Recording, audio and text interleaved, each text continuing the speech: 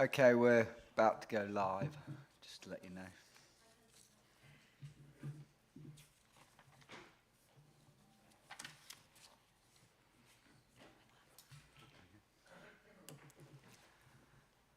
Okay, good morning and welcome to this morning's meeting of Adults and Community Wellbeing Scrutiny Committee. Hope you've all had a good summer and feel refreshed, enjoyed the lovely weather. And on that note, there is no fire alarm planned, by the way, so if that does go off, just exit through the rear doors and out into the front of the building. So on that, we'll go to apologies. Please, Jess. Thank you, Chairman. I've received apologies from Councillor Parkin. Brilliant, thank you. Councillor Mike Clark. Apologies from Councillor Nicola Clark due to illness. Thank you. Excellent, thank you. I hope she's gets well soon. So pass her our best from the committee. Declarations of members' interest. If any members have got any interest, please let us know during the course or when it arises. Item 3, minutes of the 28th of June 2023. To confirm as the correct record the minutes of the meeting on the 28th of June. Can I have a proposer, please? Councillor Tracy Carter. And a seconder, please? Councillor Mike Clark. All in favour? Excellent, thank you. Any against? Abstentions? So, Councillor Mark Winton and Councillor Rob Kendrick. Thank you. Announcements. The only one announcement that I've got, which I'd just like to put, is that the Tony Atkinson, who was the chairman of Boston Carers, has done a lot of work in the whole of the daycare centres and has been very proactive throughout the last, I don't know how long, but I met him 10 years ago, I suspect, and his son was is a user at the Boston Daycare Centre. He died, and one of his lifelong friends was David Watson, who used to come actually to the committee, and he also took a great interest in the daycare centres. Had called me up today just to let me know. So I wish his family all very well, but he certainly has been a big champion of daycare services. So, and I think, and I know he'll be very happy on the direction of travel our daycare centres are taking currently. So, but we'll come back into that one a bit later on in the agenda. I think Glenn's on holiday, so we'll go straight into item 5 then, which is the Lincolnshire Safeguarding Adults Board update, and for this I welcome Richard Proctor, Independent Chairman, and Linda MacDonald, Head of Safeguarding. So welcome both of you, and let you take it away. Thank you, Chair. Good morning, everybody. You should have the report in front of yourselves, and I don't intend to go through it line by line, but what I want to outline really is that one of the key statutory requirements of the Safeguarding Adults Board is that it must develop and publish a strategic plan. We completed ours and published that plan earlier at the end of last year, and that plan runs from 2022 to 2025. One of the things I want to stress is that we use a real strong, I would say, evidence base to evaluate the key areas of adult safeguarding that we should focus on, and that's in recognition, I suppose, of how at times we need to focus on those areas that are going to make the biggest difference to the people in Lincolnshire, and we can then maximise the best that we can from our resources that we have out there as a partnership. So we use that evidence base through a joint needs analysis exercise, analysis of adult safeguarding, key areas of adult safeguarding, and our analysis of what we would call the Lincolnshire Safeguarding Adults Collection Data, which looks at all the safeguarding concerns that are raised across the county.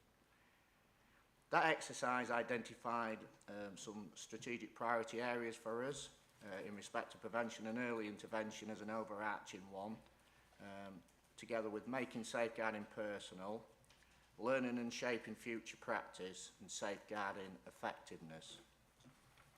So what I intended to do today was just to kind of provide an update of the progress that's been made in around those areas, if that's okay. So in respect of prevention and early intervention, if you remember, we presented our prevention strategy to you quite recently, titled Keeping People Safe in Lincolnshire. Thankfully, and we're very grateful, we received comments from yourselves around some of the content and some of the way that it was presented. Linda, who's here today as the prevention chair, has ensured that those amendments have now been added to that strategy. But we do welcome, you know, that feedback and support from yourselves as scrutineers of the process, and we welcome that. So we have made some changes to that strategy as a result. Some of the other stuff that I see is really key is that we've now identified suitable individuals from across the partnership to lead multi-agency subgroups to deliver actions focusing on the key areas that the prevention strategy is focusing in on.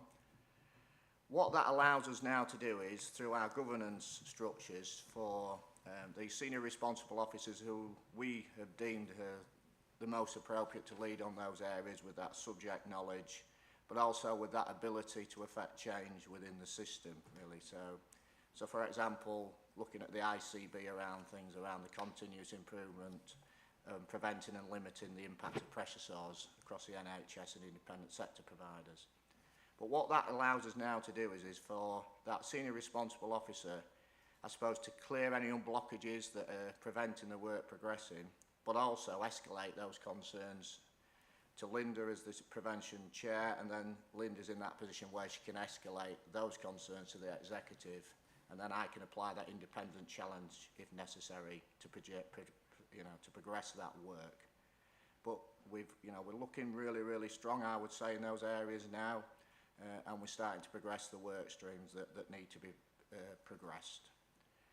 In respect to priority 2, learning and shape a future practice, we ensure as an LSAB that the learning from all safeguard and adult reviews and insurance activities are really shared, and we also look to make sure that that learning is embedded with partner agencies in their training and their approaches to safeguarding adults across the county.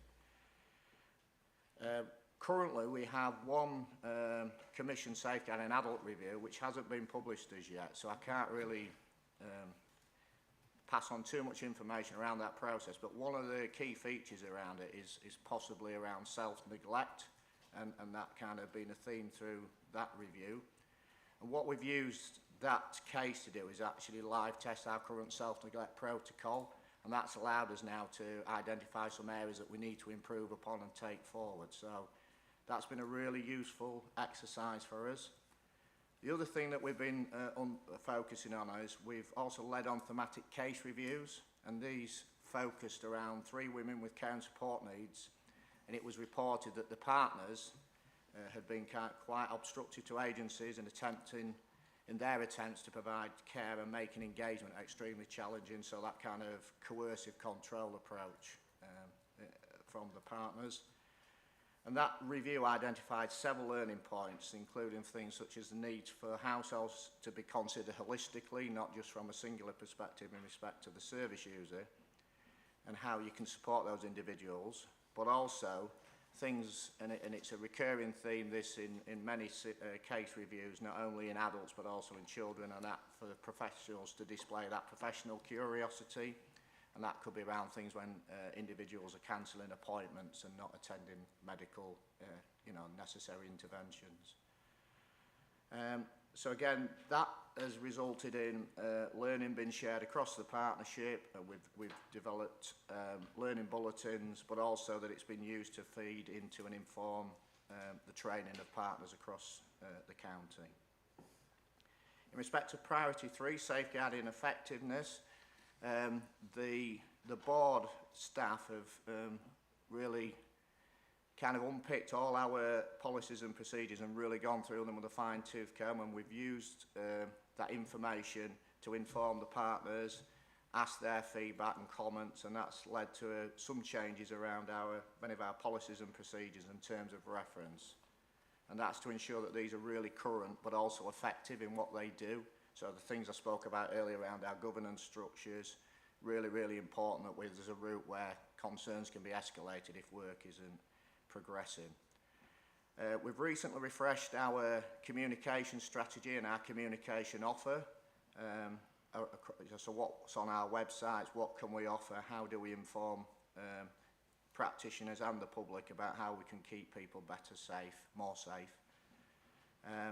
And we've also developed, some of the things I've been really keen on is around our kind of co-production activities and how do we learn from service users. And we've been fortunate enough now, which led to a recruitment of an expert by experience, and that individual is now helping the work to inform the work of the LSAB, which I see is a real positive. We've also undertaken a review of our quality assurance processes. We were quite concerned that our previous assurance process were just really a ticky box exercise. So we've now added a rolling programme including peer review from partners across the county, and that's to gain assurance as to the effectiveness of what we're doing around our safeguarding arrangements across the partnership.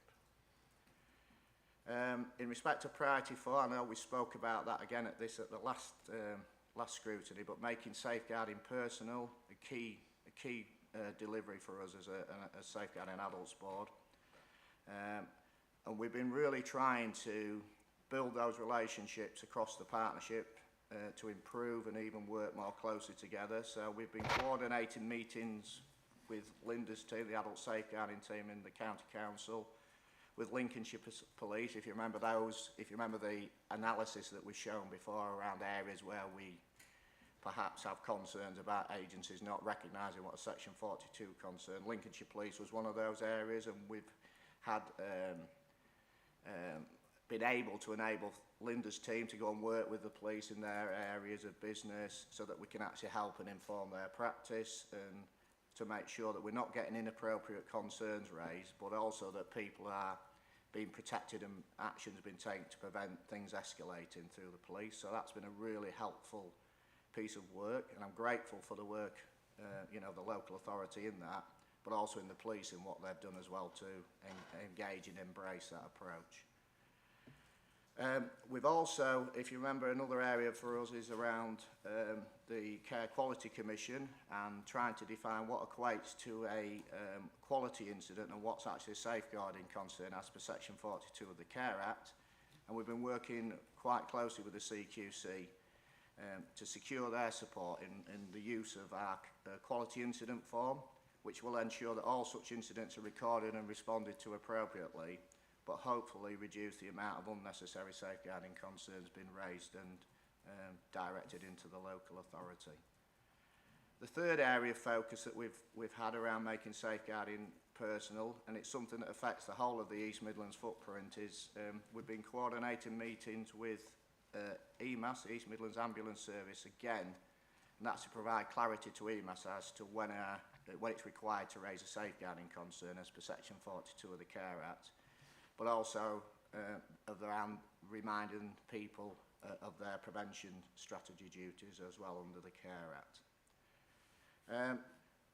What I would say is, as a conclusion, is that there's a lot of work ongoing, there's a lot of hard work going on, and I would like to pay tribute to the board staff at the LSAB who work tirelessly to do that, but I also feel very, very proud of the strength of our partnership in Lincolnshire as well.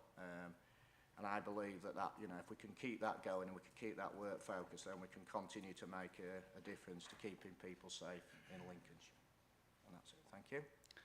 Thank you.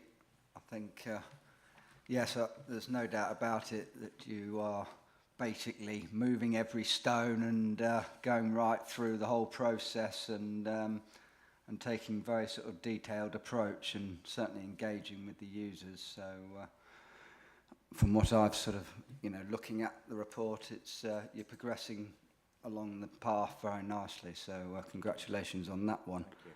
Thank you. Right, I'll open it up to the floor if anybody's got one.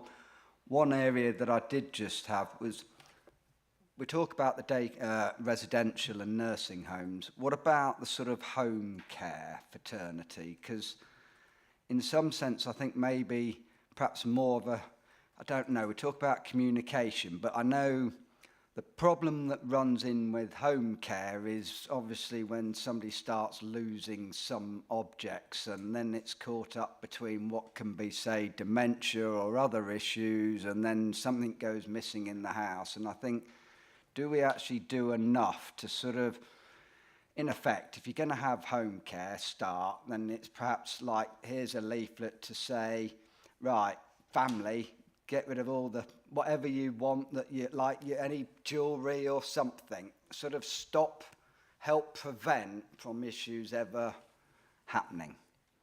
And I sort of,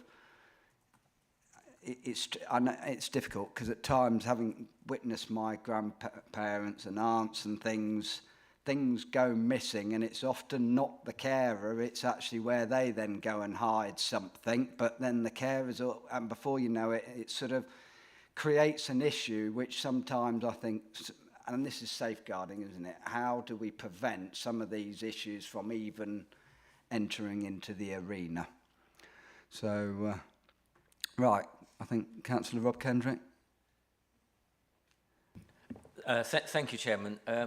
Looking at the pie chart on page 3 of the strategic plan, and I'm looking at types of abuse, and it has neglect and acts of omission 29%. Do you have any data on what that consists of? For example, is it certain agencies or individuals? I was just wondering how that might break down, because obviously acts of omission are of concern. Thanks, Chairman. Morning. So I think one of the things about neglect and acts and omission to bear in mind is that it covers a huge range. So because of that, it always is the highest area. So acts of omission covers a great deal. We do break it down, so we do have data. So we would identify if there were themes and patterns for particular areas, particular care providers, and we would respond to that. Thanks very much. Okay. Councillor Mike Clark, then Councillor Tracy Carter. I'll say your full names first, and then we'll be back to the more traditional approach, but at least anyone listening in gets the full name to start with. Thank you, Chairman. Graciously that I get some recognition. Question, please. When I was reading the report, I'd raised some questions on priority 2, but then when I got into priority 3, as it were, you'd answered my thoughts regarding the communication between partnerships, which I think is obviously the key element there, that something doesn't get missed in the coordination of the service that we're providing. On page 22, you give the ask, the listen, the work together, and the offer choice. Now, I was wondering, when people are interviewed, now I'm not quite sure how you do it, whether it's face-to-face or by phone, do you try to make sure that they're on their own and they're not being intimidated by possibly an abusing partner or something similar? Thank you. Thank you. Yes, and it's a really good question, and absolutely we do. And under safeguarding, sometimes we meet resistance with that. But under safeguarding, we are able to say, for the purposes of safeguarding, we are required to speak to the person alone. So we make sure that we do that. Can I come back to you? Do you do, excuse me, do you do that on their own in an office environment or in the home? Can you just pull your microphone a bit lower down? Yeah, sure. Is that better? Yeah. Okay. Wherever is the most appropriate place for the person. So for some people, they wouldn't be able to come to an office space, or it wouldn't be appropriate to see them in an office space. In those circumstances, we'd see them in where is the best place for them. We are very mindful of coercive control. It's something that our practitioners are very well versed in. They've had training in that, so they are very conscious of it. And even when you see somebody on their own, that doesn't mean that that influence has gone away. And so we are always very mindful of that. Thank you very much. Okay, Councillor Tracy Carter. Thank you, Chairman. Very formal. Just a couple of points. On page 12, towards the bottom in priority 2, it says about the requirement for professionals to display professional curiosity when individuals are cancelling appointments. Of course, professional curiosity is important. I would consider that to be part of the role anyway. But are we doing more than that? Are we actually tracking it? Because actually the KPIs and the tracking of that information is much more important. The professional curiosity creates the situation and everything else, but it does need to be tracked. So is that happening, please? Yeah, it's actually been a key area of our focus. So when I spoke about us refreshing our quality assurance processes, it's one of the key themes that we look at in our quality assurance process, and we built it in. But you're right, and it's one of those messages that it's a bit like that one we spoke about, that safeguarding is everyone's business. It's one of those things that we need to keep banging the drum about because it's so important. Fabulous. Glad to hear it's being tracked. Sorry, go on, Linda. Sorry, just to add to that, we do have a policy which is a multi-agency policy, which is around did not attend and was not supported to attend. So there is a policy in place for monitoring those missed appointments as well. Fabulous, thank you. And then on page 13, it may just be me, but the beginning of it, where you're talking about priority 4, you're speaking about clarifying with the police and EMAS about when is the right time for them to raise the appointment. To me, why is that sat under making safeguarding personal? Because that isn't making it personal. That's about the section 42, when they should raise it. For me, that sits probably with priority 2 rather than priority 4. I understand later on you make it more personal, but for me, that's not making it personal. That's very rigid as to who should make an inquiry at what point. So for me, that's sat in the wrong place. I don't know how you feel on that. So the reason that it sits under making safeguarding personal is because the Care Act is really clear that safeguarding starts with a conversation with the person. So actually, before any safeguarding concerns are raised, unless it presents a risk to the person, there should be a conversation with the person about what they want. And then that should inform a decision about whether actually they consent to a safeguarding, and if they don't consent, and consent isn't the only basis for safeguarding, but if they don't consent, whether there's a reason to progress without their consent, or if they're not able to consent. So, but the conversation should be with the person first of all, to help understand what their view is. And we find we've been doing a lot of work with partners to make sure that they're having that conversation with people first of all. And very often when safeguarding concerns previously would come in, the person wasn't even aware that a safeguarding concern had been raised. So that's the reason I think it sits in making safeguarding personal, but it's a good point, and perhaps it needs to be in both areas. So we can certainly take that away. Thank you. Okay. Yes, Tracy? Thank you. Sorry, just one more little one. And I know it's a drum that I continually bang and probably drive people mad about, but I'm going to say it anyway. On page 20, in prevention, it says it's better to take action before harm occurs. I obviously always challenge the fact that I appreciate you're not you don't want to be a dumping ground for every referral. You want referrals to be correct and the right ones, but I would still challenge that, because I still think that you're the team to best decide. So Richard, in your words earlier, you said, whether it was an inappropriate concern raised to you. For me, it still needs to be you that decides if they're appropriate or not. And for me, that doubles back on this prevention, because for me, you need to decide, not always the other people. And I appreciate everyone has a responsibility for safeguarding, but I will still always challenge this point and always raise it, because I just feel that pushback could be too heavy sometimes. Thank you. Just on that sort of area, I know, in effect, when we look at the types of abuse, it's very easy to go straight to and on the side of the person that makes the initial connection. And I question how much do we view both parties, i.e., say domestic abuse. The lady rings up, bang, and then suddenly the guy's the perpetrator. But actually nobody then speaks to the guy. No one gets his side, or it could be the other way round, by the way. I'm not just making it. And so my point is we often, if we don't watch it with safeguarding, we instantly, because it's made an issue, we go straight after full protection without actually speak to that person and make it personal, but we don't actually speak to the other person to actually find out the big picture. And that could be the same as with, say, a situation in a care home. You know, it's sort of, as they always say, you should hear both sides of the story before you actually make a decision. And I think that that bit is often not put into safeguarding enough. And so that suddenly, before you know it, everything's blown out of all proportion or control, rather than actually speaking to both sides of the party. And actually, there might be something that can be done much earlier on a prevention to just actually say, hold on, right, these two or this situation, rather than letting it escalating through a whole process and actually finding that actually this wasn't as bad, it's somebody's just kicked off in the heat of the moment and the whole thing's escalated. Do we actually really engage with both parties, or is it just straight in effect to the whistleblower?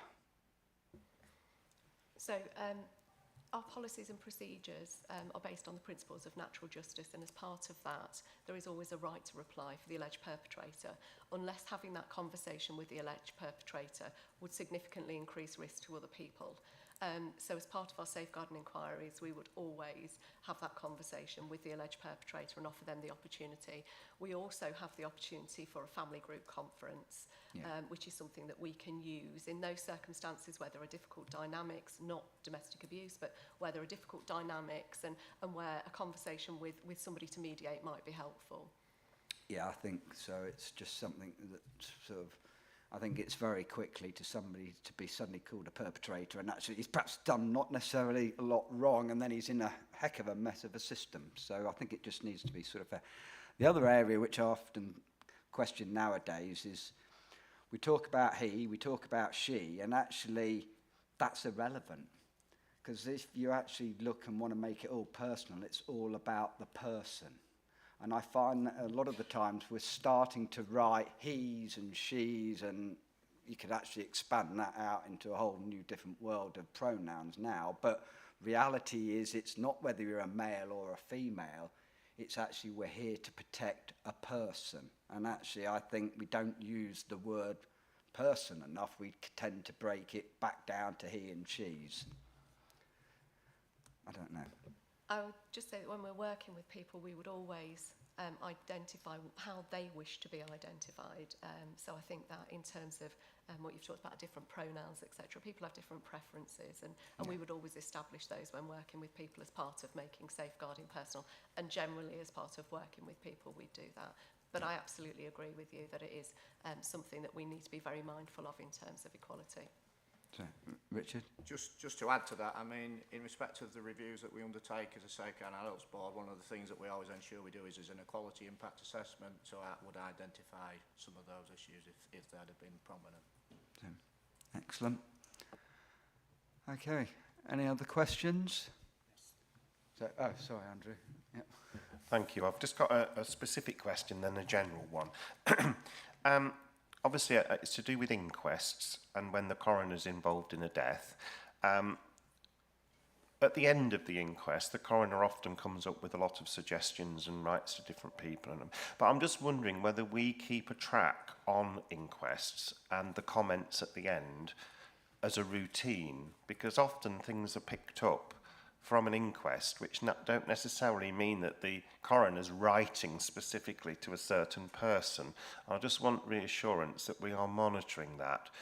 I remember an inquest about a bedsore that I was at many years ago, so this bedsore business is something that means a lot to me.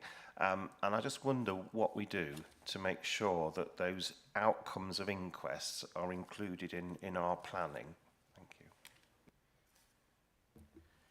Yeah, in Lincolnshire, and I've got to say, and I've worked in other places across the country, I've not seen this specific, but we have a group called the Significant Incident Review Group, and they receive all our significant incident notifications. And it's a multi-agency team, but it's also chaired by another independent chair who can actually provide that oversight and scrutiny.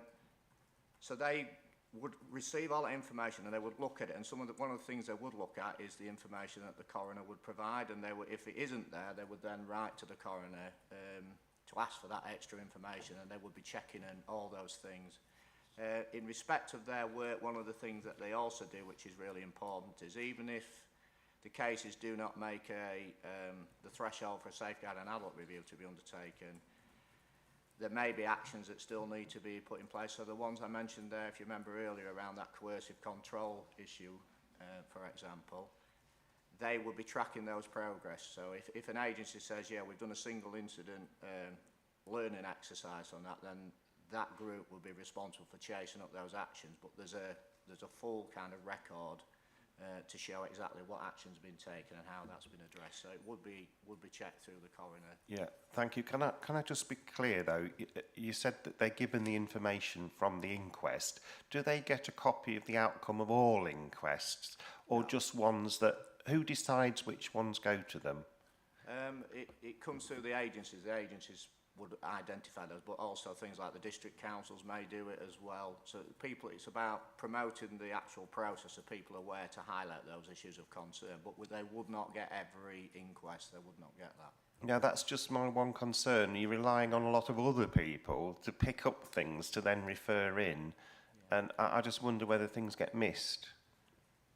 So if I could just add to that, the safeguarding team have a really good relationship with the coroner's office in Lincolnshire, and the coroner will contact us, particularly when an adult with care and support needs or they believe has been involved with adult services or safeguarding has come to the coroner for inquest, and will ask us if we have any information which we'll share with them. We will provide reports to the coroner on any involvement that adult care have had, including safeguarding inquiries, and we'll be invited to become an interested party. And in those cases where we're made aware of them, our legal services would receive feedback from the coroner on the outcome. We also, where we've had involvement, we will attend and give evidence at the coroner's court and take away those actions. Yeah, thank you. I think that relationship's really important, so that's very reassuring. Thank you. And my general point then is obviously the Care Act is 10 years old next year. And I remember I was a county council employee when this came in, and I remember my training on safeguarding and the things that we were talking about 10 years ago, and we're still talking about them 10 years later. That's not necessarily a bad thing because they're the important things, but I just wonder what progress we've made in those 10 years with things like making safeguarding personal, because I remember that from 10 years ago. Have we moved forward? That's what I'm wanting to know. I think one of the things that I would say, and I similarly was around at the introduction of the Care Act, I think one of the things that I would say is that it is so much more person-centred. Pre-Care Act, it was very process-led. It was very much a blame culture around safeguarding. I think pre-Care Act, it's made it much more partnership working with the person. So we work towards what the person's outcomes, what person they want to achieve. Safeguarding isn't done to people anymore, it's done with people.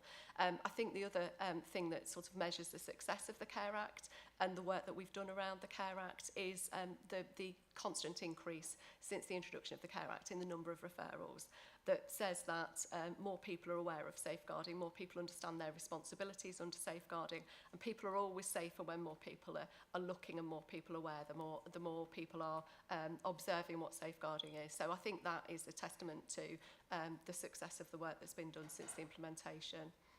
But I think we can't rest on our laurels, and we always continue to do that. Yeah, that's why I think it's important, these reviews and the plan, because you never have got it stitched up, have we? It's a constant battle. So, yeah, thank you very much for this report. Thank you.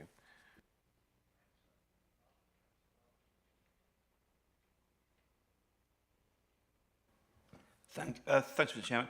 Just one sort of general question, because you've spoken quite a bit about doing quality impact assessments and things like that.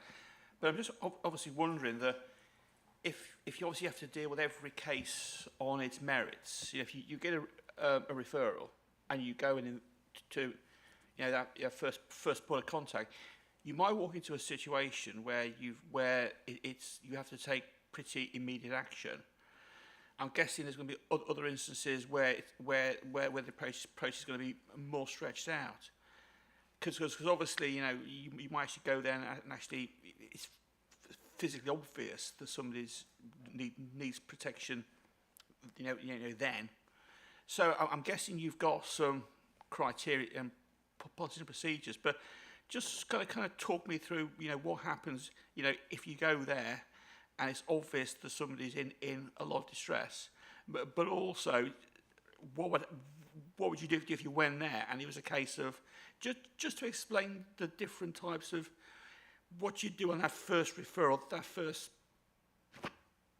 point of contact. Thank you. Yep, happy to do that. So all referrals come into our customer service centre. When we receive a referral, that's sent through to the safeguarding team for triage, which is section 42(1) of the Care Act, where basically we gather the initial information. We would, if there was immediate risk to somebody, we would have expected the partner agency who referred that to have taken action, not to have left somebody at risk, to have actually taken action. But our first action would be to check and see what those actions are that are in place to mitigate the risk, where the person is now and whether they're safe. We would contact the referrer to get further information and anybody else who might be relevant to gather that further information. Check that the person has been spoken to and what they might want out of that. We would go out, if it was urgent, then an officer would go out to see the person immediately, and we might link with partners with that if there is any potential risk. So we might link with other areas of adult care. Two people might visit. We might talk to the police or health colleagues and go out together.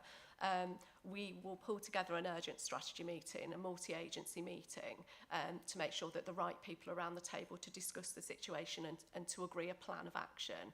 And then we would usually share that plan of action with the person or their advocate if they aren't able to engage in that process, the person who is supporting them. So it's about working together, multi-agency approach to working together, firstly to manage the immediate risk, and then to put a plan in place to manage the risk, to make sure that not only is the risk from that incident or event reduced, but also that we try to reduce the risk of that reoccurring.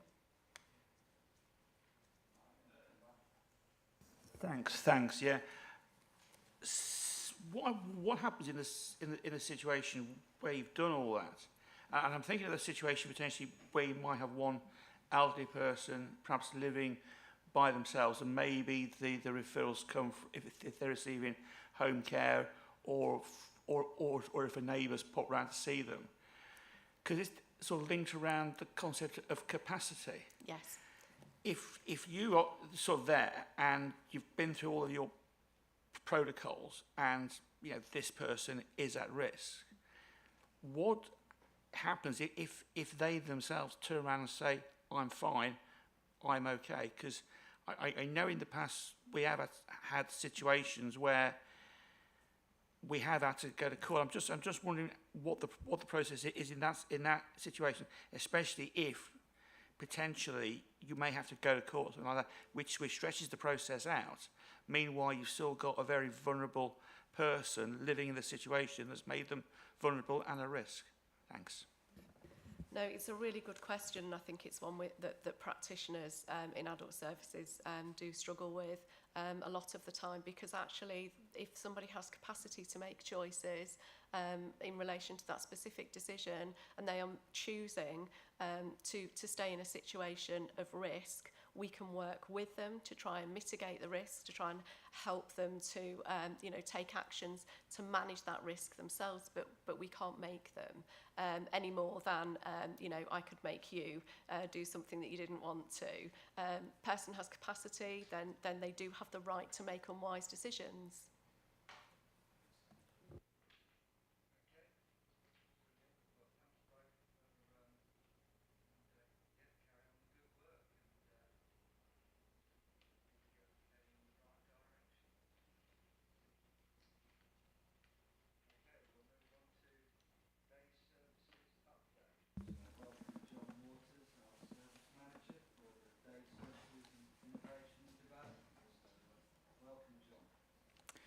Thank you. So hopefully members will have an opportunity to read the report that I submitted. So I'll be brief and summarise it. But you will recall that the in-house service supports regularly around 300 individuals across the county and provides respite for their families. And they are some of the most disadvantaged and disabled individuals across the county. We have a service plan that sets out our ambitions, living life to the full. And you may have seen the poster advertising that outside the quad. And that's all about identifying and focusing on people's skills, gifts, talents, their outcomes and aspirations that they want to achieve, rather than on things that they struggle with in life. And that shift has been at the heart of our transformation over the past couple of years, really, is to work with each person, each individual and their family, and to agree with them what a fulfilling life looks like for them. So since the last update committee, I was pleased to receive and to host visits from a number of members. So I won't name the individual members who came, but thank you very, very much for doing that. And I would like to extend an open invitation at any point to members of the committee to join me and see what we do and how we work. I am very proud of the work we do. Very proud of the staff that we have working every day, and they were, the staff and the people that we support were very well pleased to receive those visits and the interest that members have shown. So thank you for that, and thank you for the feedback and commentary off the back of those visits. It's very helpful to have that on-site opportunity to discuss issues and comments as well. It's very valuable and welcome, so thank you for that. You'll recall that the service went through a staff restructure at the beginning of the year, and I'm pleased to report that is now well embedded. The themes that caused us to take that forward were really around ensuring that all the support workers will work into the same role, and we're all focused on the same outcomes, rather than having different grades and different people doing some things and not doing others and what have you. So that's been very beneficial. The other significant impact of that restructure and the focus of that was around providing stronger local leadership for each team. And I'm pleased to say that we are seeing significant signs of those leadership roles paying dividends across the service. There is as you will recall, hopefully, an awareness, a need to refurbish and invest in the estate across the county. That process has started with a significant investment of capital and refurbishment programme that is now currently underway at Ancaster Day Centre in Lincoln. That's our largest site, and that modernisation of that building is well underway with remodelling of the changing facilities and the toilet facilities. Some of that is already completed in the first phase, and I was there just the other week examining the work that's done, and I've never been so excited to see a bathroom. It was wonderful to see. So we've more work to do on those sites, and work is underway as well. We are assessing the needs of each of the sites across the county, and I'm working closely with Councillor Bowcott and Glenn Garrett to identify the priorities and the resources around the need to upgrade those remaining sites. In particular, we have a need to address work in the existing site in Spalding and to relocate in Skegness and Grantham. But we're working hard to address those issues.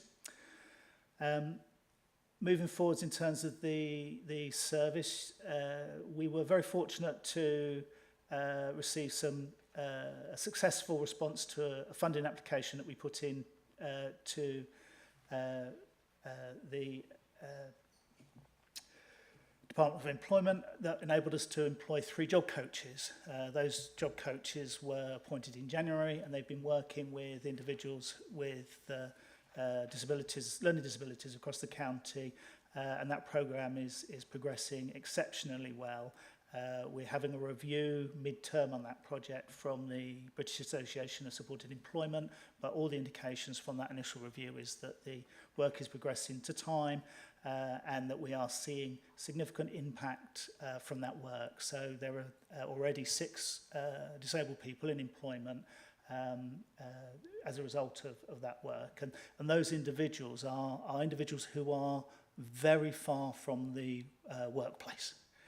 So it's quite an achievement, and indications are that if you've been out of work for a significant period of time, your chances of returning to work are very low indeed. So I wouldn't underestimate the impact and value of that work on those individuals, even though at this stage it's relatively low numbers. It is progressing exceptionally well. You'll see I've included in the report some slides, just giving you a flavour and example of the impact that the service has on the lives of the people that we support in different areas of the county. And there's a theme running through those, which is all around how we're supporting people to connect and to contribute. One of the most powerful things that we can do as staff working with the people that we support is to support them to contribute and to recognise them as valued individuals. And we, all of us in our various ways, have a sense of purpose because we contribute to the people and places around us in various ways. And that's one of the things that's often missing from the lives of the people that we support. So we've been focusing on that, and hopefully you enjoyed those pictures. And I'm happy to catch up with anybody at any point to share those more detail around those. The service has also been working hard to refocus and look at making sure we've got appropriate transport arrangements in place. And I know that was highlighted following one of the visits from members of the committee to one of our sites. The timing of the runs of the buses were just really fitting around the needs of the service, not around the needs of the family or the person. So we're working hard to make progress on that, and we're working while we're reviewing with Transport colleagues those arrangements. And we have a pilot scheduled for this year. There may be a little bit of issue in terms of the lead-in times around the vehicles and what have you, but we're very much focused on taking that aspect forward. We have a strong focus as well across the service around recognising that the people that we support have incredibly poor health outcomes.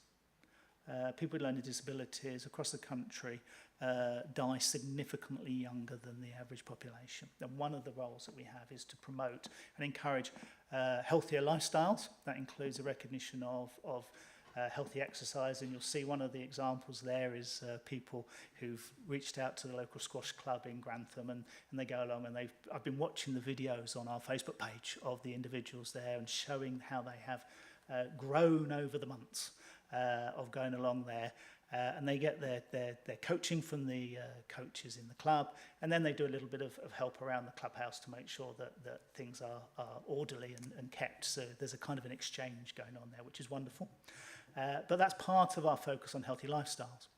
One of our other aspects of improving and supporting people to improve their health is work to refocus our approach in terms of smoking on site, and currently we have smoking shelters on the actual site. Smoking obviously is banned and has been banned for a number of years internally, but on the sites themselves, sometimes I arrive and there's a cluster of staff and people in a shelter all puffing away.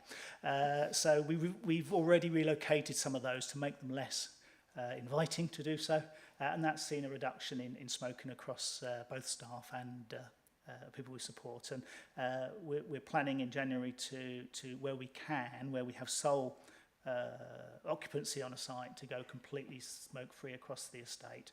There's a couple of sites that we share that we need to figure out how we come to an arrangement with the other services on those sites around that issue. But it's part and parcel of our efforts to support people to live longer, healthier, more fulfilling lives. We've also been working hard to forge stronger and more productive relationships with family carers. One of the positive impacts on the outcome of the closures that we endured during COVID was the side effect of that was the relationships with the families shifted. We took a deliberate decision at the beginning of the lockdown, and I said to my teams, everybody needs a call every week to make sure they're okay and make sure somebody knows they're thinking about them, and to check, do they need a prescription, do they need anything. Now, off the back of that, the feedback I've had from families when I talk to them has been incredibly positive. And a number of families have said to me, John, I knew somebody was thinking about me. So it was a practical help, but it was also an emotional support to them in an incredibly difficult situation. If you think the lockdown for us was tremendously stressful, but if you're an older carer and your son or daughter has additional needs and you're in that setting 24/7, it's tough. So, but one of the positive impacts of that was an improved relationship with families, and that shows through the survey that we did of families that you've got results of there. And we just very simply asked family carers, how happy are you with the service in various areas? And we had an incredibly positive response to those. One of the aspects that was least well reported was being involved in the centre. And people were telling us there, you can see it's up there, it's kind of 75-80% of families were saying they were happy. They thought it was good or very good.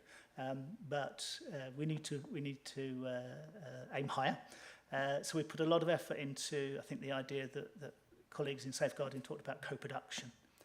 So we formed a number of groups across the county that involve various people, including carers. And the idea is that we create a formal place for family members to have a fuller and more active voice in the service. And those groups are still quite young, and they're finding their feet, but we are supporting them and facilitating them and developing them.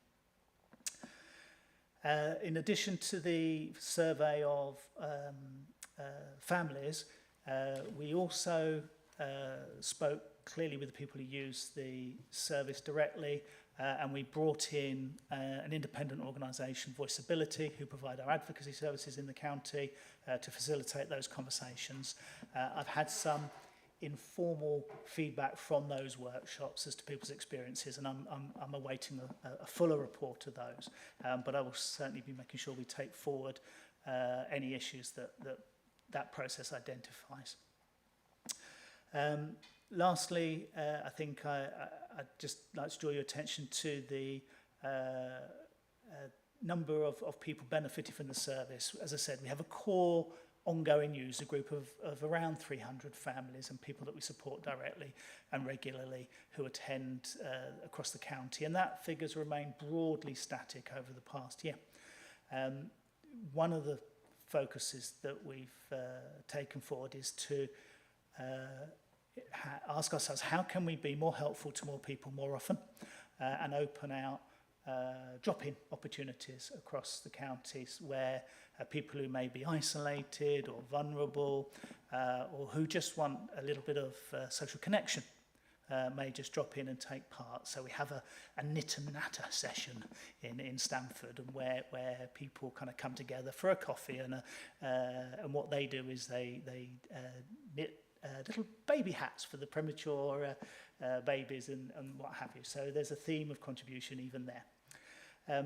So I hope that, and then the other one point just to note and extend an invitation to, and even it's somewhat belated, we have an annual event that we're part of organising. It's not the day service on its own. We do that in partnership with other people, with local charities and other people. But we have a week away in Skegness, in Butlins, where people that we support go and they enjoy the resort, obviously. But the theme of it's it's 90% respite holiday and 10% conference. So we kind of do a little bit of supporting people to focus and think about their gifts and talents and how we can help people move forward in life as part of that as well. But we've got that coming up on the 18th to the 22nd of next month. This month now, it's September. Yes. So that's a fantastic event that we hold every year, and we've had an incredible response from people across the county wanting to take part in that, both people who use our day services directly, but also other adults with disabilities who use other independent services as well. And that's also an opportunity for them to connect and us to meet each other. And so hopefully that's given you an update on the progress of the service, and I welcome any comments or questions. Excellent, thank you. I'd actually put down that ICE conference in my notes. What is there just for anybody if we did want to go, is there a sort of a more appropriate date and time? Yeah, so the Wednesday is normally the day where we have a number of keynote speakers, and we're very lucky to welcome a gentleman who is one of the most inspirational people I've ever had the pleasure of meeting, talking to us this year, who experienced a profound injury and became completely unable to use any of his body other than his mouth. And he uses his mouth very well. But he's lived life to the full. He's climbed Kilimanjaro and he's done all sorts of things. He's just an inspiration. So he's coming along and talking to us on the Wednesday. And there's a number of other events there. So the Wednesday would be wonderful, and I would welcome anybody who's interested in coming, and you can approach me directly, and I'll share with the committee the information of that. Yeah, that would be good, thank you. Thank you, yes. Okay, I've got Councillor Trevor Young and then Councillor Rob Kendrick. Okay, thanks. Hi, John. Hi, good to see you again. Yes, same to you. We go back years. And it's great to see you back in Lincolnshire. A couple of things. I think we've gone down a long journey, haven't we, in terms of the last 20 years, in terms of the shift from delivering services on an old-style day service, traditional way, institutionalised kind of delivery, to where we are now. And I think you've done a fantastic job on that, because it's not an easy task in terms of getting from where we was to where we are now. I'm a big believer of direct payment. Empowering people, giving people choice, and of how their services are going to be delivered. I suppose the question I've got is that the alternative to day provision, direct provision, is that it was great to hear about the job coaches, and I think that's desperately needed and welcomed. I suppose the key for me is around that enabling, in terms of actually being able to signpost people to a service in a local area, if they're in receipt of a direct payment, on those main type services like you described, in terms of whether that's squash, or if it's bowling, whether it's swimming. Do we have any people in post who has that enabling type role? Because I think it's it's a weakness in terms of the service. I think I've experienced many people having a direct payment, but really in some parts of the county not having the choice in terms of the provision. So it's about how we kind of join that up, and I suppose there's a trick there, I think, in terms of working closer with some of the districts, in terms of health and well-being, leisure, sports provisions, etc., etc.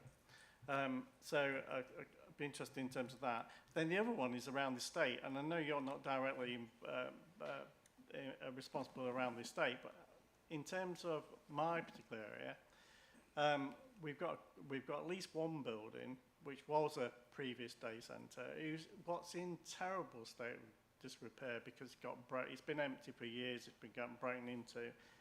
really disheartened in terms of seeing the state of that, and just wondered whether there is any way going on in terms of actually, you know, there must be a number of buildings which was previous day centres. What's happening to those? You know, I'm not expecting them to be brought back into use in terms of a day centre, but is there a plan in terms of actually them being, you know, sold off or whatever?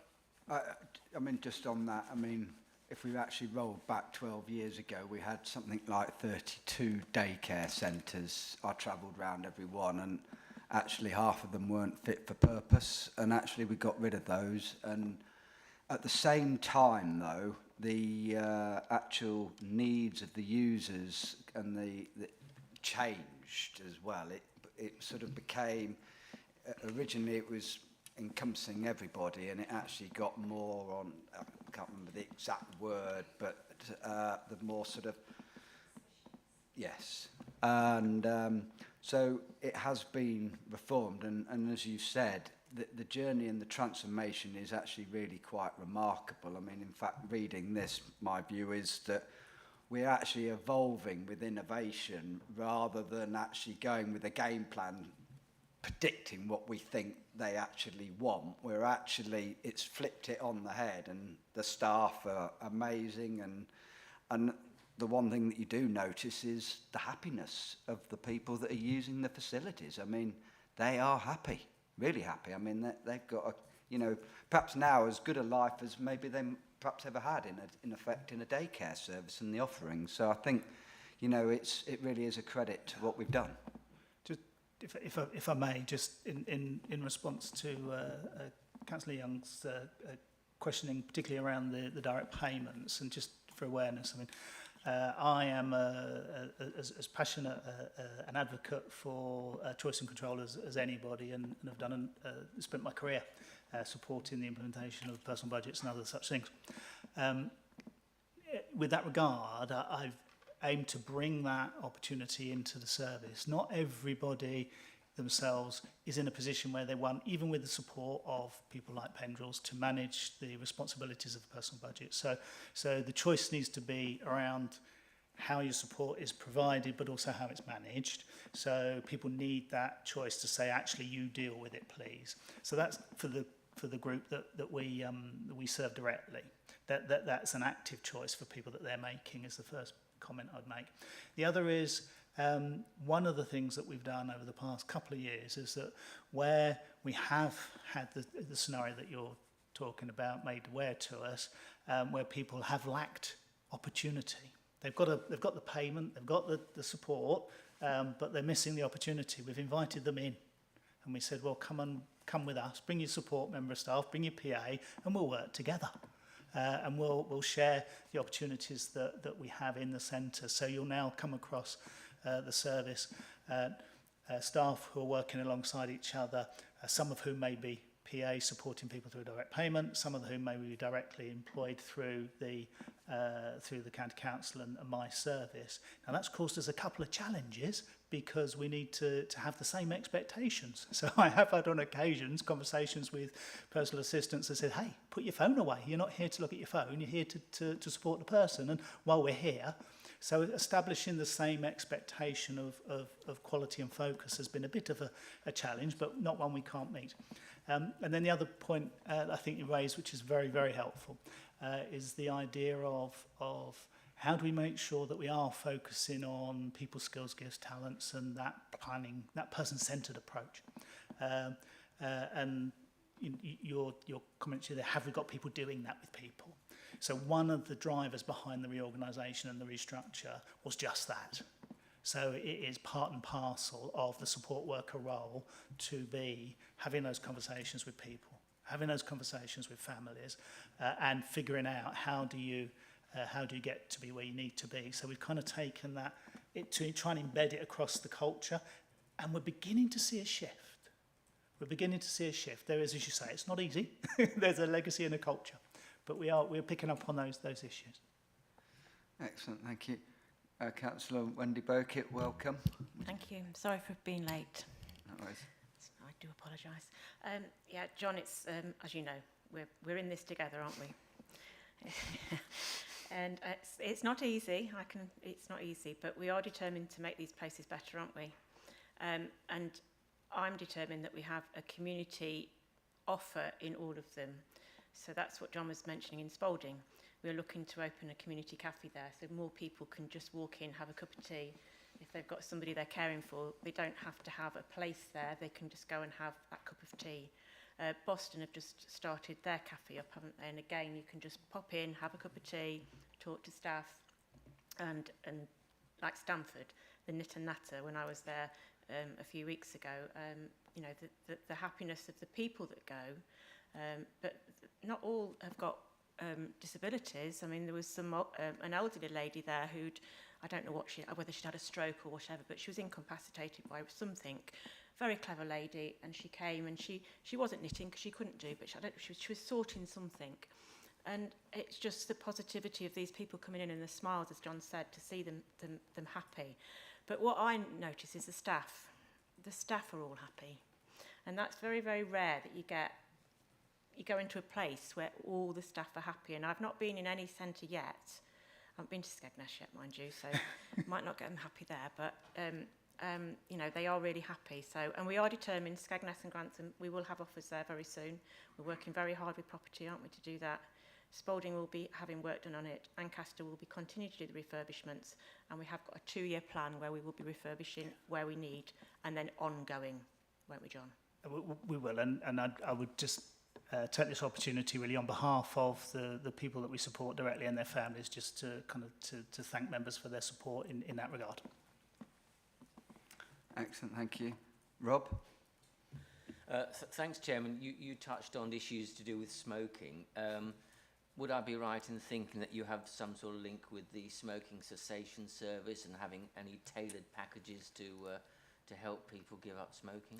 So we're planning on rolling this out in January, and the reason that we're leaving it that time really is because we need to do an assessment of each site to determine practically how will that work, but also who will it affect, because there will be some individuals who it will reflect, and we've got links into public health around making sure that people are not just abandoned and we pull away the opportunity, but how does this impact upon and we're not inadvertently causing any concern or distress to individuals who may well rely on that. So yes, we are working with colleagues in public health around that. It is a helpful question, thank you. Okay, thank you. Tracy? Thank you, Chairman. To be honest with you, I actually first want to say, John, I love a person that becomes animated when they speak and enthusiastic, because it shows how much they care, and you clearly do. So it's actually a real pleasure actually listening to you, to be honest with you, and I think the team's lucky to have you. So first of all, well done on that. I actually really enjoyed going to the Chapel Centre. Kate was the one that I met there, and again, she really cared, and she spoke of the service of the cafe, and we walked around the garden and everything like that. So I think we clearly are offering some very good facilities, and I can't wait to see, obviously, the Spalding one improved as well. Within the report, obviously, the DWP service, the people in paid employment, the drop-ins, all of that's very good. The only area I found a little bit confusing was on page 33, where you'd said about the Scott House was benefiting from a vehicle and a driver, and you've listed those things there with the TSG group. I know Spalding haven't got their own access to a vehicle and things. Is that going to be something that happens? Because that list there doesn't seem to tell me that it does. Yeah. It gives this support bit around it. Okay, so thank you very much for your... Just before you, on that, and I'll also add in, is your time, are we using, in effect, those buses after school runs? Because one of the issues that was raised to me was that the timings weren't ideal, because basically everyone is on a bus school run. Yeah. And I've read that, and I agree. It just a bit confusing. Okay. So first off, Councillor Carter, thank you so much for your kind words. You know, this is a topic. It's a focus for my work, but it is, as you say, with Kate has come in new. She's brought that same energy, and that's one of the impacts of the reorganisation. In terms of the situation with transport, there's an opportunity that arose in Boston where one particular individual was experiencing upset and distress being transported in particular. And the costings that were provided to meet that need by the third sector or the independent sector were astronomical. So I did a little bit of creative thinking and some planning and a bit of persuasion to staff and said, listen, I figure that if we were to take this on ourselves as a service, that would mean that we'd have the vehicle for the rest of the time. And we put that arrangement in place as a pilot to test that arrangement. Now it's gone incredibly well and has opened out other opportunities for people using that service at other times. So that's one of the things that we're looking to introduce elsewhere, notably in Lincoln first. The other aspect to that is we are focusing time and support to individuals who, with a little bit of time and energy, could travel more independently to reduce our overall numbers of people who are requiring transport. And the intention will be that if we're able to support people to learn and to develop that they can make their own way into the centre for those people who can and it's safe to do so. Within that, a resource will be released that we could then use for a vehicle on site. So we're doing this site by site, but it is a key challenge for us moving forwards. But we're working closely with transport colleagues on that. They're engaged fully in the transport review there. But it's an aspect that we can't support people to connect and contribute to their communities if they can't get there.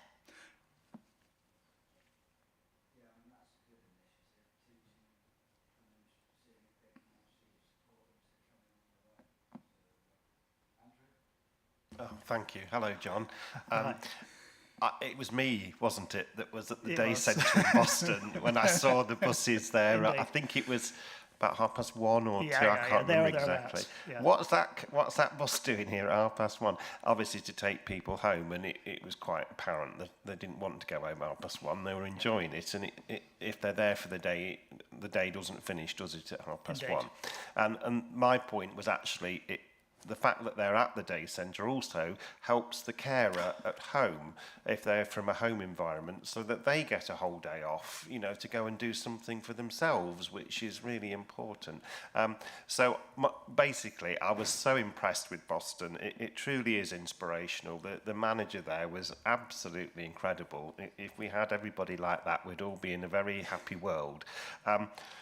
But is there anything more this council can do to help you with this transport issue? Is there anything us members can do? What pressure we can put on anybody? Because I'm sure we'd all want you to get this sorted out, because it's really important. Thank you. It's a work in process. I believe you've got my backing, so it will go forward, but we just need to work at it. To get it to work properly so it's cost effective and we can use everything that, like you said, there's buses there that we can use, but it just doesn't happen. It's just taking a little while just to get in and just sort out which ones we could use. So yeah, it's a work in process, but we will get there, I can assure you. Okay. Not often we all agree, but this, I'm sure, is something we will all agree on, because we will support you 100%, so thank you. Okay, well, thank you for your comment and your support there. And one thing I would reiterate for the committee is you're absolutely right. We have a dual purpose. We need to support individuals who we work with directly every day to live life to the full. But behind that is the respite and the break that then gives their loved ones and their family members, who are able then to live a higher quality of life, but also to do so for longer. And if that demand of caring becomes too burdensome upon families, they become unable to do it. And then the individuals are moved into a higher level of care and disconnected from their families and their communities. So we have a dual focus there. Thank you. I think that's why they were on the bus at 1:30, because it has to get everybody back before and then turn round and go on the school run, which is why. In fact, actually, it might pay to just elaborate on the transport to the committee a bit more in terms of current status and the ambition of where you want to go. Because I've always been a believer that everyone should have a bus, and then it could actually do day trips out, it can pick people up and open it. And I'm very pleased about Sleaford's Cafe, Spalding rather. I think, you know, it's a good thing. And you did mention one other thing, which was, in some sense, it's not culture change. Ironically as well, that has to happen with the service users. There are still a lot of people out there, and I bump into people and go, do you use your daycare centre? And they're like, oh, no, that's not for us. And it's actually because they are stuck in the old system and thinking the old ways that it used to be rather than the journey that we've now gone on. So it is also that communication to everybody out there. You're absolutely right. And we are focusing on how we put that message out there. So we have a network of Facebook pages that people tap into, and we share positive stories there. We had recently an article in County News, and we've got another little article coming up just to keep that profile. But absolutely, we need to make sure we are making sure local people know what's available. Yeah, absolutely. So, brilliant. Okay, I've then got Mike and then Mark. Thank you, Chairman. I was looking at the attendance figures. Presumably Monday to Friday is the standard in most of the centres. Do we ever use a Saturday or offer it up to somebody else to use on a Saturday? And looking at that fairly static figure of just under 300, I presume, per month, are you... It would appear that you're trying to get more people to come, hence the comments from the chair about encouraging that. But is that where you hope to pick up from those that drop in? Thank you. I think the drop-in offer really is about responding to, I think, the comments that Councillor Young had made really around saying how do we make sure we're available in a way that works for those people, and what that offer is like. Not everybody wants or needs a full day programme, as it were. So the figure there of 300 is a fairly long-standing user group, and that's been fairly static for some time. The significant growth you see there in terms of the drop-in is a recognition of our opening out the services in the way that you've described there, to say, well, are they used of an evening or are they used of a weekend? And we have a number of partnership arrangements developing. So in Skegness, colleagues from LPFT use the site for a nightlight drop-in cafe that is or a drop-in. It's not actually a cafe, so it's a nightlight drop-in. And that's really focused around just lonely and isolated people who are feeling vulnerable. And there's people on site, and they go on, and there's counselling available if needed and stuff like that. So we, and then in Horncastle, for example, the Saturday Club for disabled children was homeless. So we said to them, well, come and use our site. So they leave their bits and bobs on there during the week, and then the kids come along and use the site on a Saturday morning. And more we're doing that kind of thing, really. So we're opening out that offer in terms of a drop-in and a social connection with that supported kind of cafe thing. But we're also working with other community neighbourhood groups to share the resources. The estate is in need of improvement in places, but we have some good properties that we should make more fully available to the whole neighbourhood. So, for example, in Ancaster, we've built some raised beds, and the neighbours have planted some bits and pieces in there as a community garden and things like that. So we're just thinking all the time, how can we make the most of this asset so that it's not just a day service resource. Thank you for that. Could you also, when you say users, those 300, is that like once a week, or are they coming 3 or 4 times a week to use the facility, or have we not got that data? No, we have that data, and it varies person by person. There's a significant proportion of those individuals who will come Monday to Friday, and it's their working week activity, if you like, and then there's a significant proportion where they have 2 or 3 days a week. I can provide a fuller breakdown if needed, but it's a mixture. The significant proportion are Monday to Friday. It's okay, you needn't provide us with all the stats, but thanks for confirming the mixture of use. Yeah. Thank you. Okay.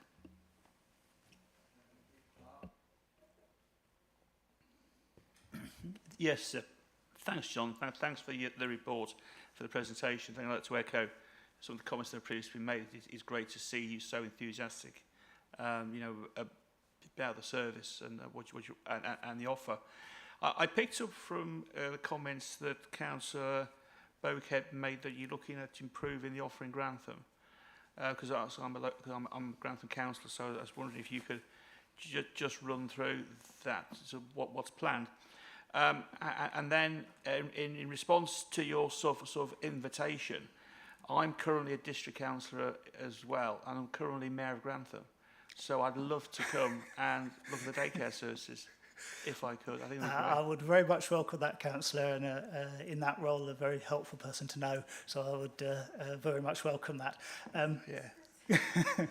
So the situation in Grantham is that when I first took post 3 or 4 years ago, we were accommodated in a site that was unacceptable. It was a large proportion of it subterranean. It was flooded repeatedly, and I just needed to take a decision and say, right, we've got to get out of here. So we did that, and we relocated post-pandemic into some rooms at the Guildhall, where we're currently based. Now, we have also attempted on a couple of occasions to acquire a new site, but for various reasons, those acquisitions and refurbishment arrangements didn't move forwards, and that has left users, staff and family feeling somewhat disappointed and with the progress there. That said, we are working vigorously to identify a suitable alternative site for that service in that town, and we will be taking that forward. But I'd welcome the opportunity to discuss more detail with you about that. Yeah, thanks very much indeed, John. If it's in the Guildhall, that's great, because the Mayor's Parlour's in the Guildhall, so I wouldn't have to go very far. Would you mind dropping me an email? I will. And we can get something arranged and Lovely. a visit arranged. I will. Thanks very much. Thanks, Mr. Chairman, and thanks for allowing me to temporarily hijack the meeting. Thank you. No worries. One final thing from me is payments. And one of the issues around payments, my view has always been where people can turn up for a day, basically swipe the credit card or the debit card, cross the machine, and they're in. Because it is technically a charging service. But the downside to that is you have to have a financial assessment carried out first to see if you qualify for support. And so, in a sense, we end up, the assessment blocks, I think, sometimes the opportunity. And I think it should be quite simply, you actually only need a financial assessment if you're on the threshold of actually being there. But if you're not actually even at that threshold, and we should make that much clearer, that in effect it's like, well, actually you've got too much money, so you're just going to have to pay. Or if you're not and you want to use it, then actually we have to do a financial assessment. And it's quite a clunky process. Is there any way we can sort of deal with that to make it more streamlined so that we open up the opportunity better? That's a very, very helpful question. I think there's a very real issue there. as you say, the charging for adult social care is something not just peculiar to the in-house day service. So the rules that are shaped around what's charged for and who pays what are apply across the county to all people, regardless of the provider of the service, is the first thing to say. So the change that would be needed would need to align with that. And there's also charging regulations that policy needs to appear to that are set nationally. In terms of what we can and have done there, is that we have taken a very pragmatic approach in terms of the dropping, and we've said that where people are choosing just to access the kind of the knitter natter offer, that's not a chargeable service, and that's given us quite a helpful way of delineating between, do we need to have a full financial assessment for this individual and ensure that where appropriate they're making a contribution, or is it just something that we're saying should be made available as a universal offer? Because part of the role of the service is to support that local neighbourhood to be more sustainable for people. So we don't want to create barriers. So we've been able to do that with dropping. The other more complex issue here is where we move into more areas such as the work experience offers for some of the individuals who are kind of helping out in the quad and stuff. On the one hand, they're working towards work, and some of them are attaining work. But then we're kind of on the same hand having to apply a charging policy, and it becomes quite confusing. But it is an issue that we are aware of and that we're working on. There's I understand a review of the charging policy, and I will be feeding into these issues. Okay, any other questions? Good, thank you. Well, thank you very much, Tom, for all the updates, and keep up the work. It is inspiring to go round.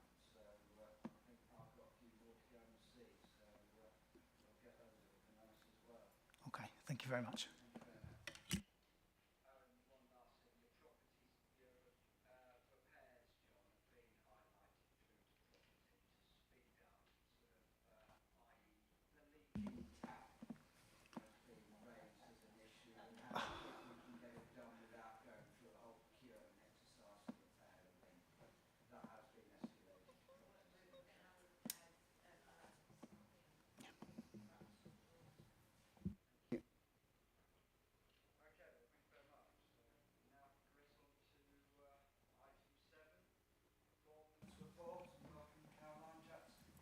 Thank you, Chairman.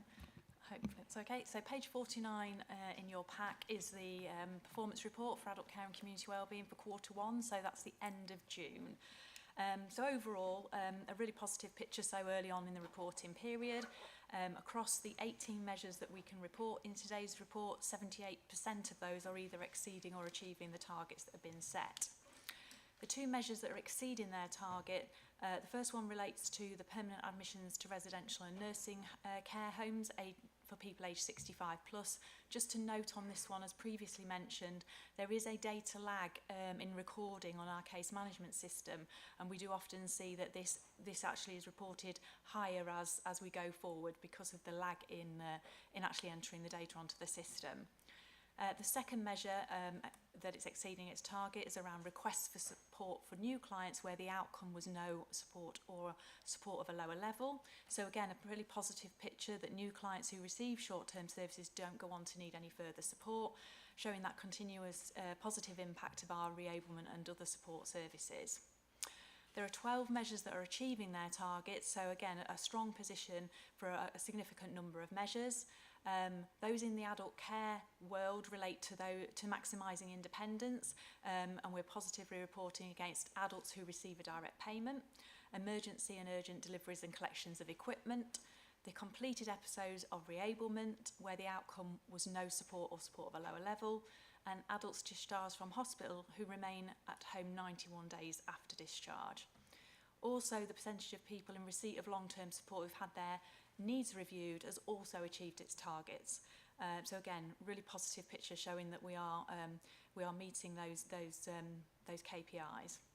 In terms of specialist adult services, there are 3 measures relating to safeguarding that we report in Q1, and all of those are achieving their target.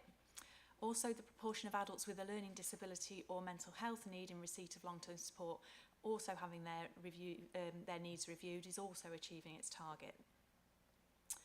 In the public health area, the percentage of people aged 40 to 74 offered and receiving an NHS health check is achieving its target, as well as the percentage of people supported to improve their outcomes following a wellbeing intervention.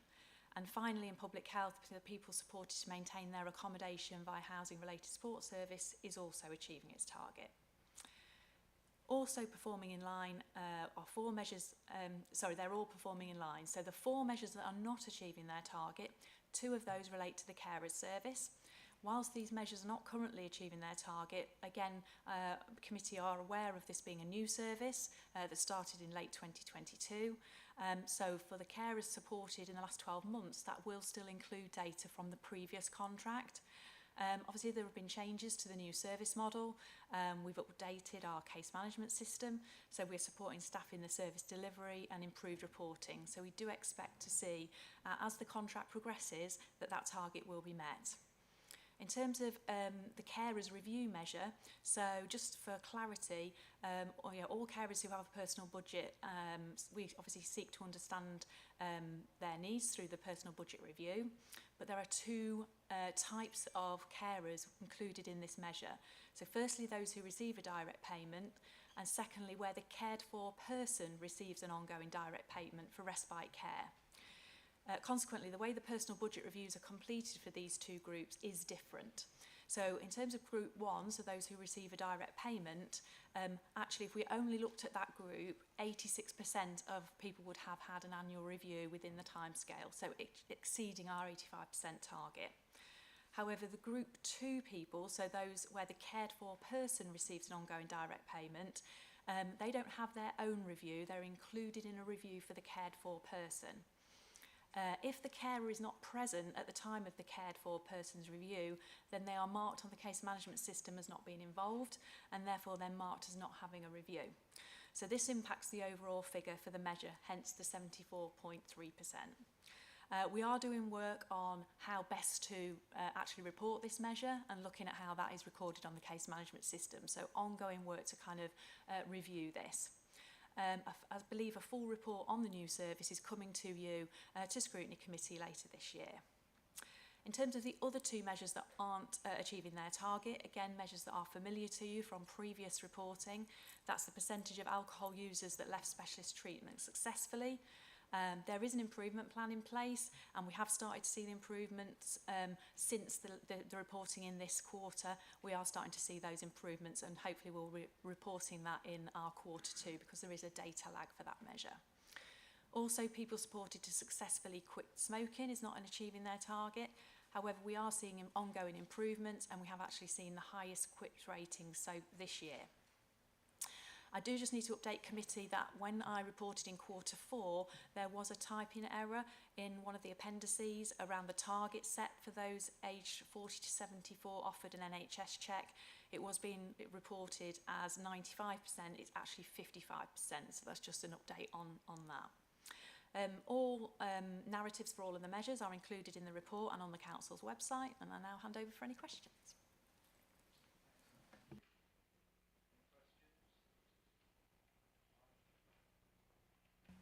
Thank you, Chairman.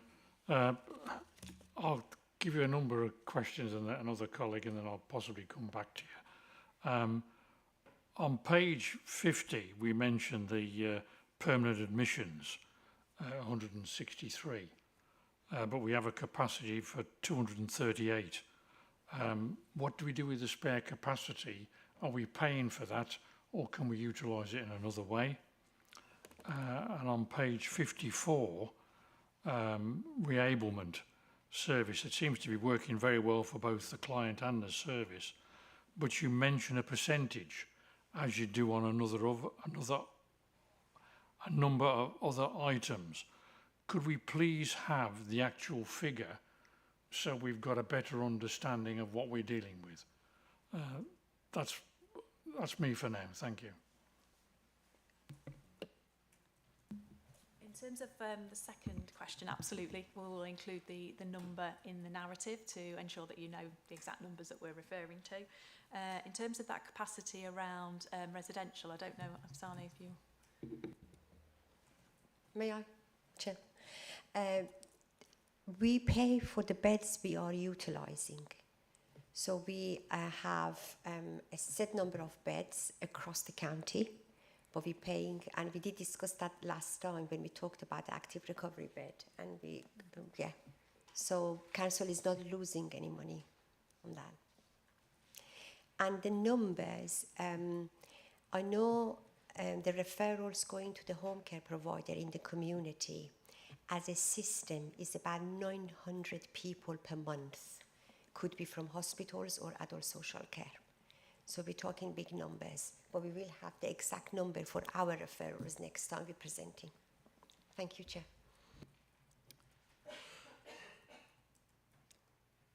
Okay. Mark? Yes, thanks, Mr. Chairman. Thanks, Caroline, for the report. I just want to concentrate my questions on the sort of the measures that haven't met their targets. Carers supported in the last 12 months. I mean, obviously, we know that supporting carers is really important because, you know, they offer sort of, you know, invaluable support looking after people. In many respects, if they weren't there, we'd have to provide more carers ourselves. So I'm just wondering what we can do to sort of help them and to, you know, what mitigations actions in place and what we can do, and also around the carers who have received a review of their needs, because obviously that drives everything else that's going for. So and then the ones around smoking and alcohol. But I appreciate that you need people to actually come forward first of all, be willing to be referred, and then dependent upon them successfully completing the programs. But I just wonder if you could just run through sort of one mitigations on those four, what actions you can take to try and work towards them achieving their target. Thank you. Thank you.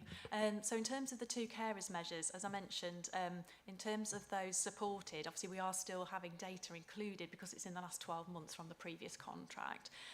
There's lots going on obviously within the new service. There is work underway, as I say, to put new pathways in place in terms of services provided to carers. And obviously what we're starting to see is that as we are reporting less and less of the old contract, we will see improved performance.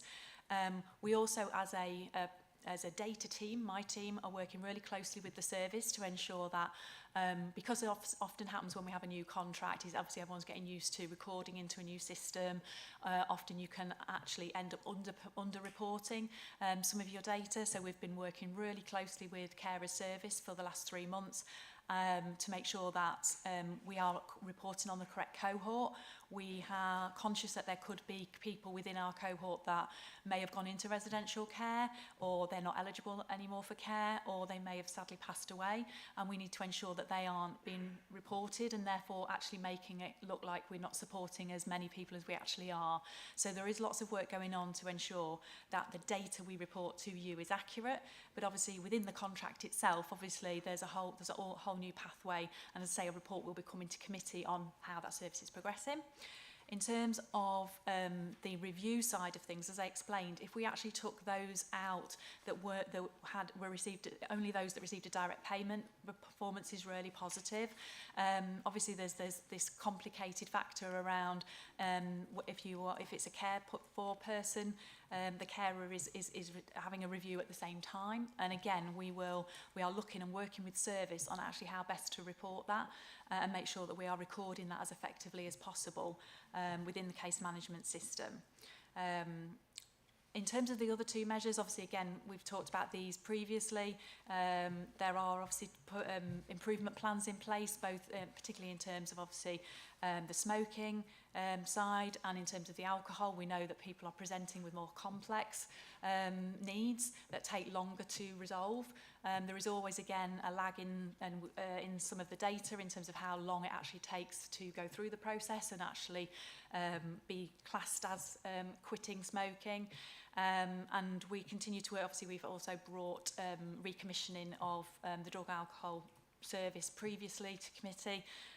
So there is detail within the report around those improvement plans in both areas, and both obviously still suffering a little bit from some of the post-pandemic lag. So I don't know if Afsani wants to add it. Would you like to come in first? Thanks for that, Caroline, because I actually, not smoking and alcohol, but last week I visited the Ad Action team in Grantham. Obviously, they're more concerned around things like heroin misuse and cocaine and hard drugs, but they also do an alcohol service there as well. I'm just wondering, you know, the referrals in, you know, presumably they come in from charities like Ad Action and people like that, but I'm guessing also from GPs, and I'm also guessing from the hospital service. So if you could just sort of explain to me how that kind of referral process works, because when I was talking with the team last week, one thing they were saying with all types of addiction, obviously people need to be identified and encouraged to come forward, but they've really admitted that they're only dealing with the iceberg that can be seen above the waterline, not with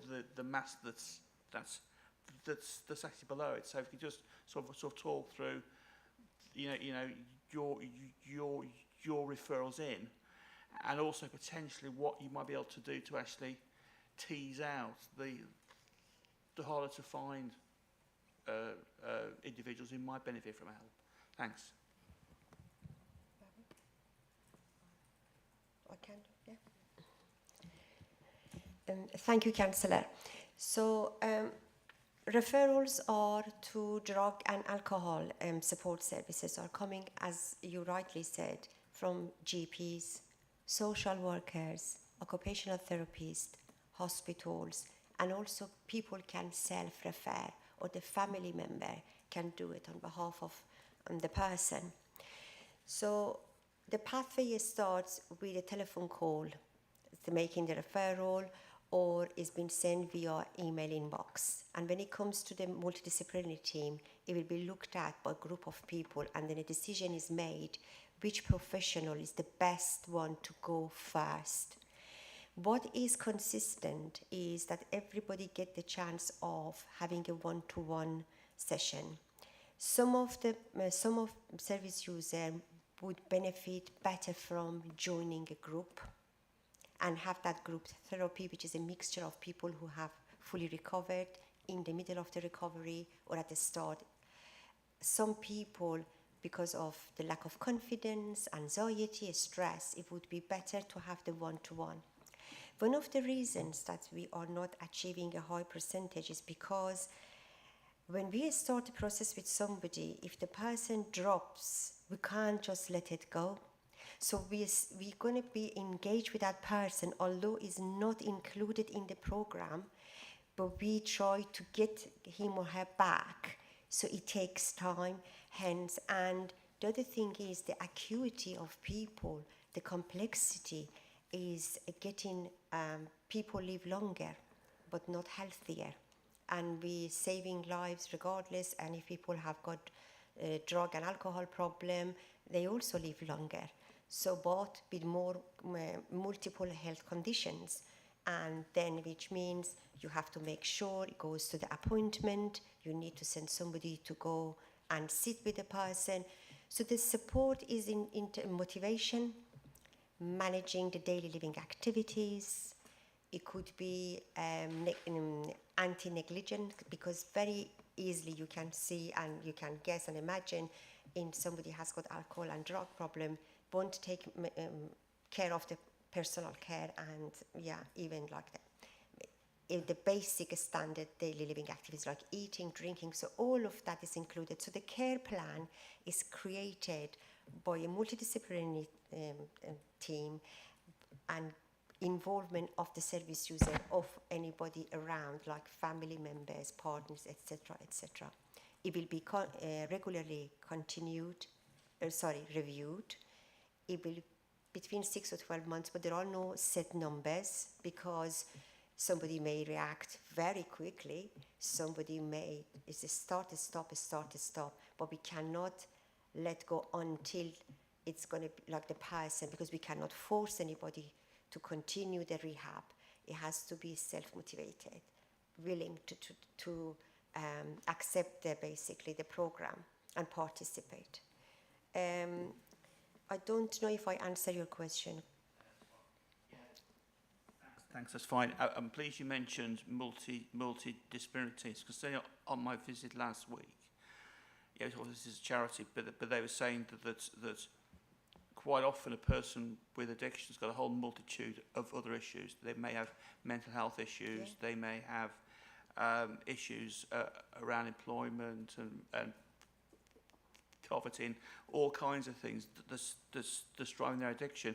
One thing, because they're just taking it on a mental health worker. So and I'm pleased you mentioned that. But presumably, as part of the multidisciplinary team approach, you would look at mental health issues and other social issues and reasons and why somebody has become addicted.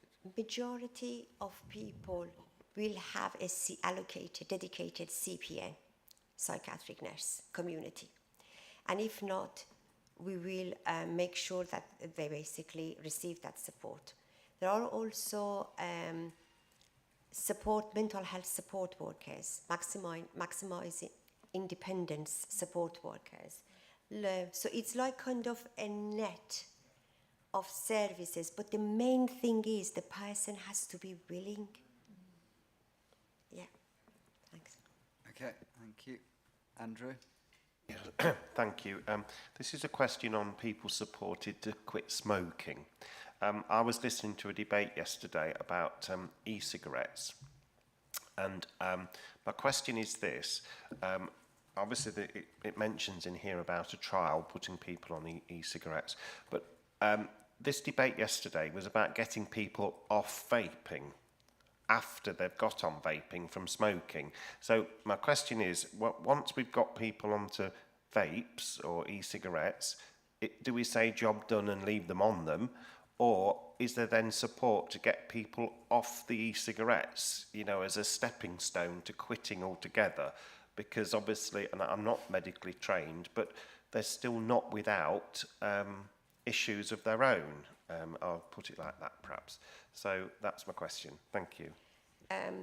Councillor Bowkett raised it as a concern yesterday in the executive meeting. Exactly the same. Single vapes that's been sold to underage children, particularly like in Skegness at the moment, got constant tables on the front there, single vapes. Yeah, my question was more on getting people off vaping altogether. And using it as a stepping stone to quitting completely, not putting people on them and thinking, oh, you've done a good job, leave them to it. No, so the first, is, as you mentioned, is a staggered approach. First, the cigarettes, then e-cigarettes, and then nothing. But yesterday we had a discussion about, because it's very accessible, it's been very easy access for underage, as Councillor Bowkett mentioned. So we working with the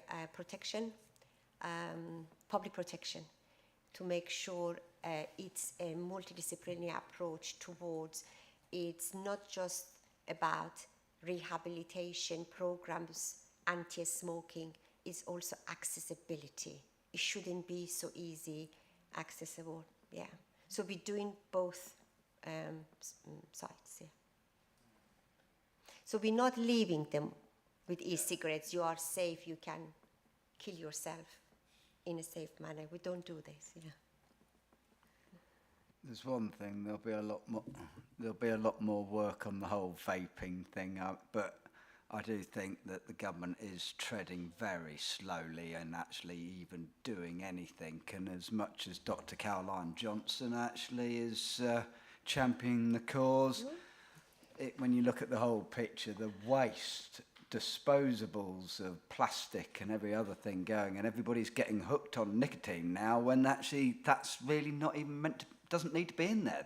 The whole idea of vape is you flavour the apple or the walnut or the coffee or whatever it is that's in it, but yeah, it's just mind-boggling how slow it is. One of the people actually who contributed said that they'd had these vapes with nicotine in, and then they'd gone on to vapes without nicotine in and found them, you know, they were okay with those. So it was really interesting looking at it from all different angles as to how it was seen as a bit of a panacea when they came in, but as things get accepted, there becomes more issues with them, like there always is, and it's a really complicated topic.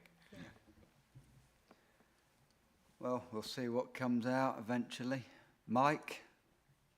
Thank you, Chairman.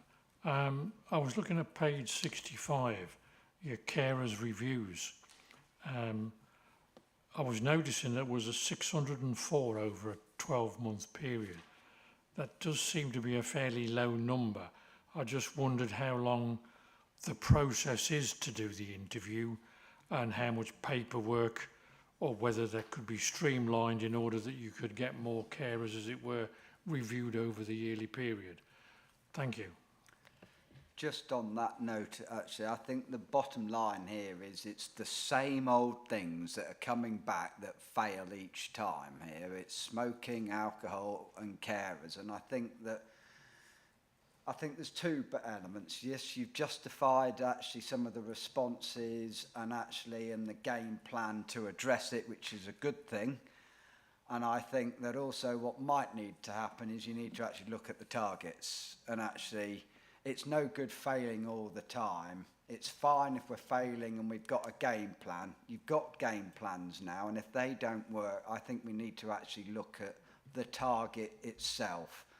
And otherwise we're teeing up to fail every time. And these haven't gone away in all the years that we've been sat here discussing them. So I think we need to put some energy into actually getting to address them now and actually try and figure out. And if the game plan to alter doesn't work, let's reevaluate the whole target figures, would be my view.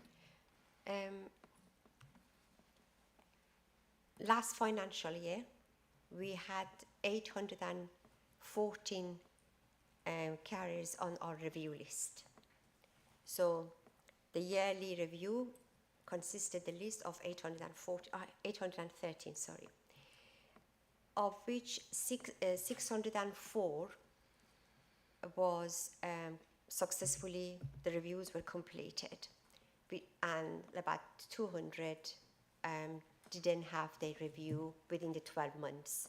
It exceeded the 12 months. They had a review, but exceeded the 12 months. A review can take 45 minutes. It can take 90 minutes. It depends on the circumstances and is very different and individual, because sometimes somebody lacking mental capacity, you need to have an advocate there, or you need to have a best interest meeting involving multidisciplinary teams.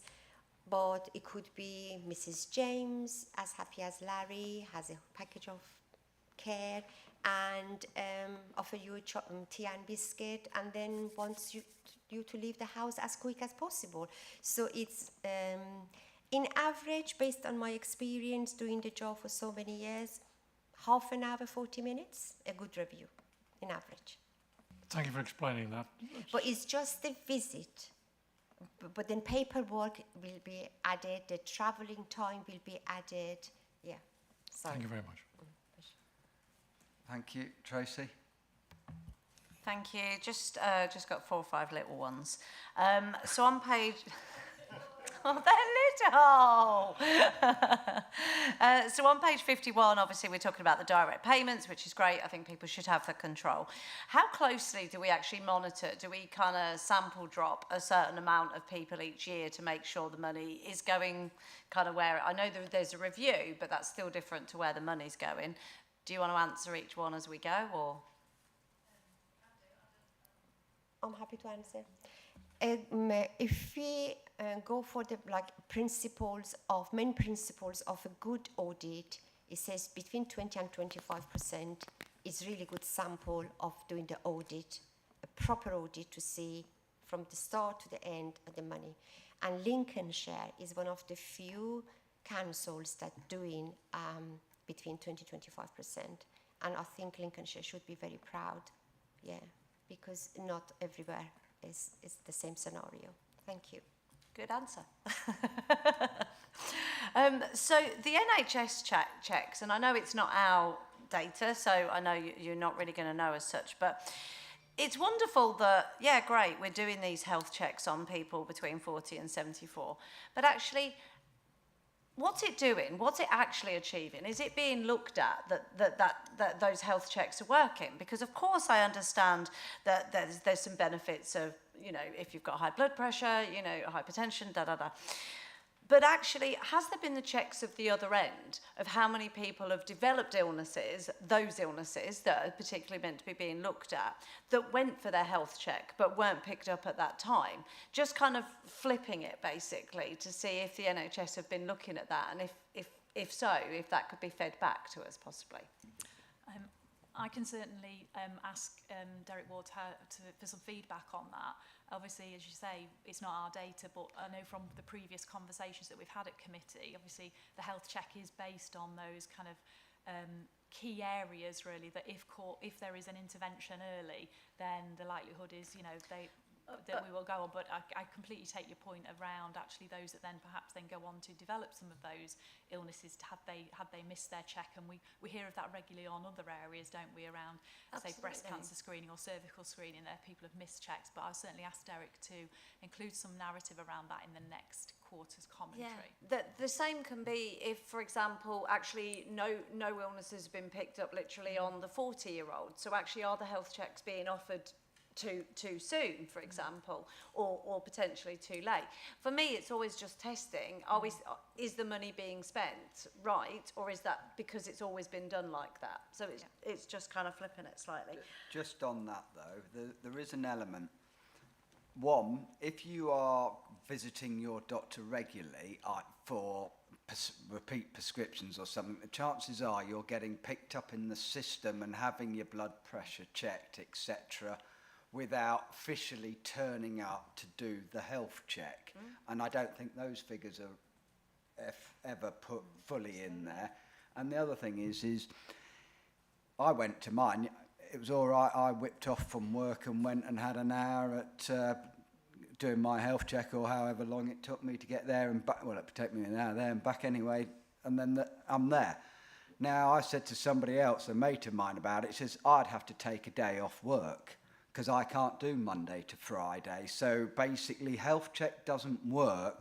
And I don't think we do a Saturday where we give an offer to those that are working an opportunity to come in, do we? I don't think it's a 7-day-a-week job. It's just 5 days, Monday to Friday, 9 to 5, which takes out a chunk of people. And I suppose, finally, I see the future where we'll just turn up, get chucked in the old MRI scanner. You're all clear, because that's really the best, quickest way of actually checking your body out. So I can see that becoming, modernise it. Fabulous. On page 64, the carers supported in the last 12 months, 819 received a direct payment of those people that received support. Why have they moved on to direct payment? Why weren't they those 819 getting the direct before? So what's changed to make that shift in those people?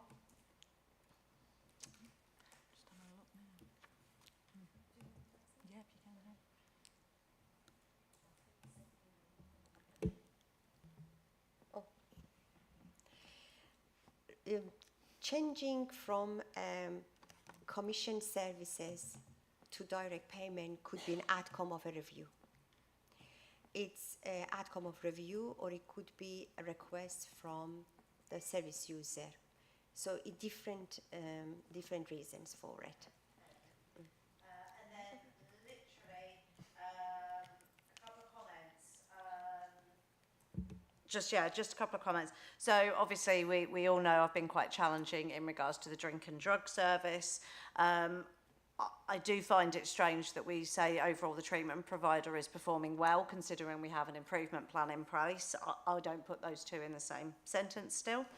I actually welcome the e-cigs being considered part of a pilot and be used as the review. Hands up, ex-smoker on e-cigarettes, and absolutely, I think it's been a fabulous transition, so I welcome it being explored. The only comment on the smoking that I would like to make is on page 66, it talks about the new referral route and the referral form for patients that are being discharged from inpatient mental health support. So these people are people who are being discharged from mental health services, and that's the time that we're going to pick to speak to them to stop smoking. I'm not sure that that's the right time to challenge somebody to stop smoking when they've already gone through mental health services, being discharged. I find that a really strange time to then start bringing a new challenge into the mix for them. So maybe some context around that. Sorry, Councillor. So your understanding is the mental health is involved to stop the smoking and alcohol and drugs.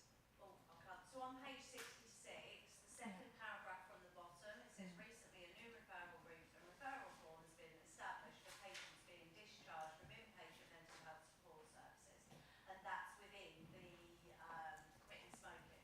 So it's saying which should improve the transition into community support for this cohort. So for me, it's reading like we've got a new referral route for people who are literally leaving mental health inpatients, and then they're then part of the quit smoking programme if they're smoking within that. And for me, that's a really challenging time. That why would we then try and speak to people about quit smoking? So how I understand it is sometimes depression could trigger the habit of smoking, anxiety.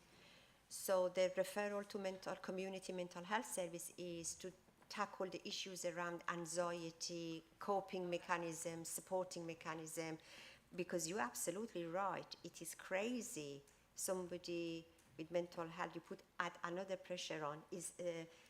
They're dealing with the main issue, hoping that the secondary issue will disappear. Oh, yeah. Okay. No more questions. Rob? Thanks, Chairman. I don't wish to prolong the debate about the health checks, but I was just wondering, of the 72,307 people who accepted a check, what proportion were male and what proportion were female? I have a suspicion perhaps it's a higher proportion of females that would have the check. We men are notorious for not actually consulting people about health issues. You are absolutely right. It's 60-40. More than half.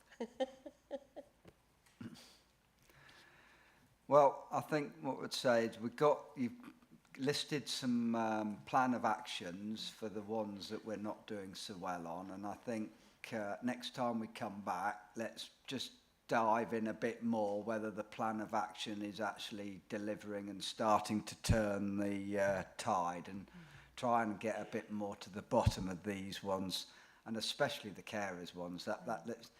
Alcohol and cigarettes are slightly a trickier number, but certainly carers, we shouldn't be, and I know we've just changed the contract, but that needs to be just cleaned up altogether. So, okay, thank you both. Well, thank you, Caroline, for that anyway. And, so we'll move on now to item 8, which is acute hospital admissions to discharge to care pathways and winter planning. And Asani, well, welcome, but you haven't gone anywhere anyway, but Andrea Kingdom as well, welcome for this. I did actually think, just on this, when I read it, it did read incredibly well and actually really laid out the routes that we are doing, and actually perhaps puts it all together for once. And I thought it nearly wants putting in a pamphlet and giving to everybody when they turn up in hospital and say, by the way, this is your exit strategy. And because I think half the time, you know, when people are told that, right, you're off, we've just got to get your pharmacist part sorted out, everyone thinks that takes about 15 minutes and then starts kicking off an hour later. And it's a long process. And I think sometimes we don't actually address what I call expectations ideally. And people just get a bit frustrated because they think they're off and they're not quite going as quick as what they think. But anyway, off we go, So we've got a number of initiatives, as you can see, for the different pathways, and they all relate to the government's policy about pathway zeros 1, 2 and 3 for our discharge statistics. We've got a number of pathway 1 pathways that Lincolnshire County Council have actually taken the lead on, and it's something that we're really proud of as a hospital service. There's a number of different ones, and if we can just go through the slides on those, please. Our first one is a joint hybrid model that we've continued to work through with LCHS that offers people a choice of a mixture of reablement and rehabilitation in their own home. That aligns to that our LCHS colleagues will support in the morning so that they'll help with the physiotherapy aspect of training people to be able to get in and out of bed and to move around the home. With the reablement service, then pick up the calls throughout the day. And that's about supporting people to become more independent in their own home, about managing to make their own drinks, and that moves them through, hopefully, to a level of independence. If it's not fully independent, then they need a reduced package of care, which saves for them as well as for the council. Our second pathway 1 is our hospital discharge reablement service, which was a new initiative that we started in December 22. That's involved 243 customers being selected in ED, taken home, and they work with them for up to 48 hours to promote their independence. That's had a huge success rate with 91 customers, 37.5% of those that we worked for have needed no further input afterwards. That's been ideal for people who've come into ED following a fall. They've lost their confidence to go home. Rather than staying in ED for some time, that can often lead to an admission. Then a multidisciplinary team will look at them, take them home, put the services in place. If it builds their confidence, but also if we've had someone that may have had a fall, broken their wrist, we'll adapt the property so that they don't need any further input. It's amazing how many people have a huge kettle that actually need a kettle for 1 cup. So that those are the sort of changes that will be made in the home. We also currently have 40 active recovery beds that we're utilising. That supports patients discharged from hospital into one of 10 beds across 4 homes across the county. The first couple of days are about just getting some sleep, getting themselves back on the feet, and then following that we support them with their own joined up plan that's done, a multidisciplinary plan that they are a major part of designing, and that is to again improve independence and help people to go home. Average length of stay at the moment is 21 people. It's 21 days, sorry. Of that, 13.8 of those have been discharged home with no ongoing care. 39.8% have been discharged home with either home care or a further period of reablement when they'd no longer needed care at the end of that period. 22.9% have been discharged, fortunately, into residential care. What we often find is that people actually, once they're into the active recovery beds, either the health needs increase or actually their full need is identified, and being able to return home is not a possibility for them. But what I can assure council is that every effort has been made to try and support people to return home. 12.5% were readmitted into hospital. What we do when anybody is returned back into hospital, we meet with them straight away, find out what was the purpose of that readmission, and often it is a deterioration in a current physical condition that they currently have. Do you want me to take the rest? Yes, please, yeah. Next slide is about the community connector. Oh, it's working. So the next service, and actually is one that I am personally very proud of, is the Community Connector scheme, offering support and guidance in relation to benefits, lifelines and support services in the community. So the person is come to hospital, stayed for a short time, but then is discharged with support from community connectors, and that support is partnership working with Age UK. If you visit the hospital discharge hub in Lincoln Hospital, round the corner, you can see the community connector officers are sitting with the social workers, nurses, so they are part of the team and they physically have a presence. The second partnership working with Age UK is Hospital Discharge Home Response Scheme, utilising the health grants to arrange deep cleans of properties. Sometimes what the person needs, had a fall because the house is cluttered, cannot go back because it's going to happen again. And I think you have 100 of examples of it in your profession, counsellor. So what he needs, deep cleaning and a discharge, and make sure that is like not just doing it once, having ongoing reviews and that connection through the community. It doesn't need a social worker, occupational therapy or nurses to be involved. And the last one is the Hospital Avoidance Response Team. It's a bridging service between the date of when the person is ready for discharge, but waiting for the pharmacy, waiting for transport, waiting for something else, the family to bring the key to the hospital, and then when the person is home and the package of care in place. So we're not leaving the person alone. We got that kind of communication and support. It's like a wraparound around it. Next slide, please. St. Barnabas Community Care Nurse Specialist. Again, if you go to the Lincoln Hospital, and I'm sure in Pilgrim Hospital the same, you can see the officers from that charity sitting with the social workers and nurses. Is an award-winning service support customers in last 12 months of their life, and with, it's about supporting them with the decision making and support when they need it. Sometimes they need time to deal with the reality. They are like kind of in denial phase, or the family have difficulty digesting what's going to hit them.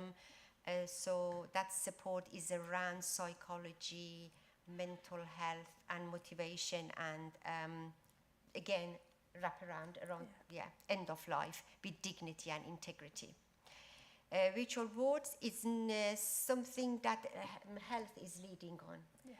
But we are a part of the multidisciplinary team, and it is not just, it doesn't just about discharging a certain patient, is more into it. It's about making sure the service is provided in the community. So instead of being in hospital 7 days, you're in hospital 2 days, and the rest, the 5 remaining time, you get the same service in the community. Integrated therapies, it's a joined up approach between a local authority and a community trust, whereby the waiting list for local authority and the community trust has been merged to one to reduce the duplication and waiting time. So if Mrs. James is waiting for local authority OT and at the same time is for rehabilitation on the community trust, one OT goes, doesn't matter which colour of badge, but we'll do both. And the last one, would you like to finish off? Yeah, that's fine. So we're currently implementing the Lincolnshire Intermediate Care Service as per the Health and Care Act from last year. And it's quite important that we introduce this model because it's one that's been highlighted by the government more recently in the report as an area that we must be working alongside. So led by Afsani as a senior responsibility, we're currently in the development mode. We have 2 areas that have been set up. One's an operational delivery group, which is multidisciplinary, where we're looking to see how can we have a more joined up approach to ensure that the services are available collectively, such as different therapies or rehab or reablement, because we have a lot of services at the moment, but it doesn't feel that they were all joined up together, and that was quite a bit of duplication going on. So the aim of the operational delivery group is develop the offer of intermediate care, but also to ensure that there is one service, so people aren't telling their stories on multiple occasions to different organisations. And then finally, I think an area that Lincolnshire County Council should be really proud of is our care transfer hubs. So LCC were one of the leading organisations, and we have 2 hubs. One is based in Lincoln County Hospital and one is based at Pilgrim Hospital. They are, as Afsani's already mentioned, there is a room, and within that room there is a representatives from ULHT, LCHS, Reablement, Adult Social Care, Age UK, and then we have a virtual link with all of our third sector partners as well. So that when someone is medically fit, they come through to the hub, they're triaged for who is actually the right person to provide the support to ensure somebody does go home and becomes as independent as possible. And that has significantly reduced the length of days that people are remaining in hospital, to such a degree that we had a visit a few months back by the Department of Health and Social Care that came to see how it worked, and that best practice has now been shared nationally. Thank you. I would like just to add one more thing in terms of the transfer of care transfer hubs. What is unique about Lincolnshire is the wraparound service, which is focusing on ED, A&E. So I don't think we got it anywhere else. In my knowledge, I haven't heard of it or seen any evidence that you have a provider sitting with social workers and nurses and observing people coming to A&E with maybe a minor injury, and then go and introduce themselves, making them a cup of tea or maybe a toast in A&E, and go with them when the nurse is doing the examination, the doctor is seeing them, and then if is like a dressing the injury, and the person doesn't usually goes for 24 hours observation to a ward. It doesn't happen anymore in Lincoln. It will go home with that carer who've been spending time with that patient since the arrival and triage, and it stays with the person for up to 48, 72 hours. When the person is back on her feet or his feet and the confidence is back to normal, we say goodbye, because we don't want to create a dependency also. Thank you. Thank you. Wendy? Thank you. I just want to say that I'm very proud of the team. They have worked so hard to do this, and it is working. I mean, we know our elderly residents don't want to be in hospital. It's the last place they want to be unless they're really poorly, and they need to be there. And this service is really working, and we have raised eyebrows all across the Midlands. Everybody's talking about this service. But not only that, our active recovery beds for winter, again, that's working. We're going to put on an extra 20 between January and March, so we've got that extra capacity, and it worked last year. It's going to work this year, and really, really proud of our team, and working in conjunction with our hospital services, ULHT, the ICB. The teams are working together, and it is working. So well done, all of you. Yes, well done. Is it actually easy to, say, organise a care transfer hub visit? Yes, if you send me your email or you want to contact, I'll arrange it for you. So, well, I'll be up for that. I'll go and have a look, see what's going on. Very welcome. I'm sort of quite into it, and I watch it. And when I'm in, any time I'm in a hospital walking around, I'm always analysing it. So it's yeah, quite. But no, it'd be quite good. Right, Rob, did you want to come in, or not? Oh, it's Karen. Karen Lee. Thank you. I was looking at Afsana and thinking every single word. And I completely agree. I think we should be really proud of it. I just wanted to reassure the chair, though, that discharge planning actually starts once a patient has gone past the acute phase of illness. They'll have physio input and occupational therapy input way, way back before they ever get discharged. So it does start once they're physically well enough. It doesn't wait for them to be medically fit for discharge, but it starts way, way back. And that's been the case. I've been a nurse for 20 years. That's always been the case, hasn't it? Discharge planning starts virtually as soon as you go in. On the day of discharge, though, I think there are a number of things that people don't always appreciate, because as soon as the doctor says to somebody, you can go home, I say, please tell them it's not going to be in the next 10 minutes. Doctors have competing priorities. They'll come on at 9 in the morning. They're generally well ahead of the ward round. We've identified who the patients are, who are likely to go home. They're seen first, so that you know, they get, you know, that's established. But the trouble is they need something called an EDD, electronic discharge document. It has to be done. The doctors can't be doing, because the ward round literally starts at 9 and goes on till about 1 o'clock. They can't see patients and do EDDs at the same time. Patients can't go home without one because it's got a list of the drugs. The doctors by 1 o'clock are absolutely gagging for a drink, and they need to eat and things like that. So realistically, you don't get any of your paperwork done till after lunch. You have to order drugs. Until the ward round's been done, you don't know if the doses have changed or anything like that. I think there's a bit of a crisis in pharmacy. I wouldn't say necessarily a crisis, but we haven't got enough pharmacists, and it takes ages to get drugs. That's another hold-up. And transport, don't even start me. Trying to organise transport, trying to even get through is really difficult on a working day. Relatives can only come when they can come, but it makes it easier if they can. So there's lots of reasons why it takes, really, if someone's going home, it takes till tea time to organise in practice. We have got a discharge lounge, but not everyone's suitable for that, because if they're confused or anything like that, you can't send them down there. I smiled when you talked about the clutter in the deep cleans. That seems to me to be an increasing thing, that more people are living surrounded by clutter. They're managing for longer and just sinking slowly, so you've got to go in and sort the house out before they can go home. But on the positives, the virtual wards, I think they work really well.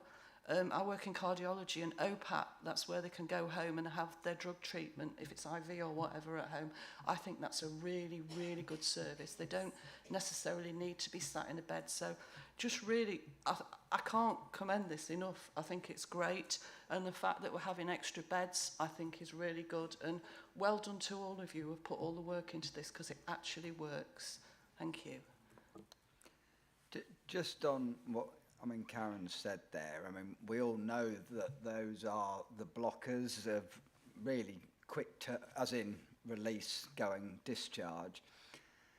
But those blockers have been there for donkey's years, and it's like, how come we still end up with that length of time? Why can't, I know it's the policies and the protocols, but you know what? Doctors are intelligent people. There should be a mechanism now to speed that process up. I would have thought. With respect, Chair, it's not something that you can speed up. You can prepare the EDD so it's started but not completed until that patient's been reviewed on the day, and they've got to be reviewed. You know, you can't complete the EDD, and they can't be seeing patients on a ward round and finishing off the EDDs at the same time. They've got one pair of hands, and that's just how it is. You just have to accept that it's something that takes time. And we do try to send patients to the discharge lounge. It's not my favourite thing to do, I have to say. I prefer to keep them in a bed, because they literally just sit there for hours on end, and it must be awful for them. So I don't really like that. I don't think discharge lounge works myself, and I don't like it, and I try and hang on to them, but you're never allowed to. You always have to send them down. But I don't think that those things that I've mentioned, and, you know, pharmacy, you wait hours for drugs, because we haven't got enough pharmacists, and that's got worse recently, hasn't it? And transport, you know, so many people need it. You can't change that. I don't honestly think that those things, you just have to accept that they are the glitches. I don't know if you've got a view on that. Pharmacy is most definitely one of our biggest issues, because at the moment pharmacy finish at midday on a Saturday. So what we try to do is, because we try to award a social worker to every ward if we possibly can, and what we try to do is to prompt that, can we sort pharmacy out before lunchtime on a Saturday, because that will stop. And of course dosage boxes, as you know, create even bigger problems trying to get those done, because only so many can be done within a set time. So that is a major issue for us, and thank you for pointing that out for us. I think in relation to transport though, I might have a bit of hope for you on that one. So we've set up a group that are regularly looking at now, what was the reason for the delay? Was it because the transport, because as you'll know, there's a brand new contract at the moment for transport, and EMAS now have taken control of all the transport. So what we're looking at now on a regular basis, and we've set up a spreadsheet to record every case of anyone at all who's delayed because of transport to award. Was it because transport couldn't pick them up, or was it for some reason they weren't ready when transport arrived and they couldn't come back because there was another reason? So to support both our colleagues that are working on the ward trying to arrange transport, and also supporting our transport colleagues about what can we do to support either way, we're having regular meetings now. What are the themes that are coming out, and what do we need to put in place to support it? Okay, thank you. Tracy? Thank you. I think it was really good to hear actually from Karen, because obviously she's the other side of it, isn't she? So to actually hear that it's working, I think is a really good thing. So that's great. I will say I'm quite disappointed that the active recovery beds, I know that we did have some in South Holland in the first round, but obviously didn't later, which is disappointing for obviously from the residents from my point of view. The virtual wards, again, great to hear that it is working. Realistically, how many of those ward rounds are done in person and how many are done virtually? Because I would be tempted to think, once someone's home, oh, that's okay, we'll stick them on Zoom type thing. And the realistic isn't that they would go round and visit them in person, even though the report said it can be either or. So that one would be interesting to know. And page 75, I was reading this late, so I may have been being daft, but on the third graph, it makes it look like we have 80 beds for a period of time of the active recovery beds, but I thought we only had 40 and then it up to 60 for a period of time. So why is the graph showing 80 at various times and quite a lot of them empty? So initially we did go up to 80, and obviously we then had to be going through the different re-procurements, but some people had already moved in, funded by the ICB, for up to the 28 days. So some beds did remain open for longer, which would taken us over the 60. So we are currently with 40 beds, and coming the 1st of January that will be up to 60. What I would add, and this has only just come out in the last couple of days, is that there has been a request from NHS England for more beds. We would prefer to remain with our home first principle. However, if not, there will be a bid made for potentially an additional 10 beds if they are required and appropriate. What I did follow last scrutiny committee at the request, I'm sorry, Councillor, I'm going to say Karen, I can't see in it, Councillor Lee, is that I checked every single day to make sure those beds were value money, and I get a report every day to tell me how many beds are either empty, full. The first few months showed that we had about 1 or 2 beds free most nights. In the summer, we did have more beds become available, so we're monitoring them very, very closely, because we don't want to be spending for beds that we don't actually going to use. In relation to virtual wards, everybody's seen by a consultant on the ward, and then the consultant will make the decision if those needs can be met. Normally in what we call a same-day emergency care ward, they'll decide if that person can be supported at home or whether or not they need to remain in a hospital bed and everything. And then obviously, and this is why infrastructure is so important nowadays, through the use of broadband, that's how people will be able to be supported. Anne-Marie Shocker is a consultant that's leading on virtual wards, and they're slowly building it up because we can't go full blast. We have to make sure we have the right support. If it's felt on that virtual ward call that actually we're really not sure here, then somebody will go to the person's home to make sure everything's okay. Yeah. Just one more little one. Again, on the referral activity, we've got yes at 362 and no 66. What is the reason for saying no, active recovery beds are not right for you? And that's it. Some people have decided last minute they don't want to go. They'll speak to a family and the family member will say that, no, we don't want them to go, we want to come home. I think that falls in line with your comment about the active recovery beds not being reprocured in your area. What we had to do as part of the reprocurement area is we tried to make sure, following the legal process of procurement, that we made beds available in as much as we could, as wide a spread as we could across the county. Because you're quite right, some people don't want to travel a long way. That might be why they say no, they don't want the bed. But when we can explain to the family the benefits to them of you might be independent at the end of this, or at least with a huge reduction in the package of care required, then they are more willing to travel to which we tried to get to them one to the nearest of the home. But we did also have the legal requirement of we had to make sure that if the bids that were made met our requirements and everything, then those were the homes that we had to ensure were offered the contract, otherwise would be open to challenge. So, but we did ensure that one of the indicators that was included in it was that the county would be covered as much as we possibly could. So just to clarify, the no was actually led more by the client, not by us though. It wasn't us. We would never have offered an active recovery bed if we didn't think they were appropriate or would benefit from it. Thank you. Brilliant, thank you. Andrew? Yeah, thank you, Mr. Chairman. It basically, Tracy's just actually said what I was going to say.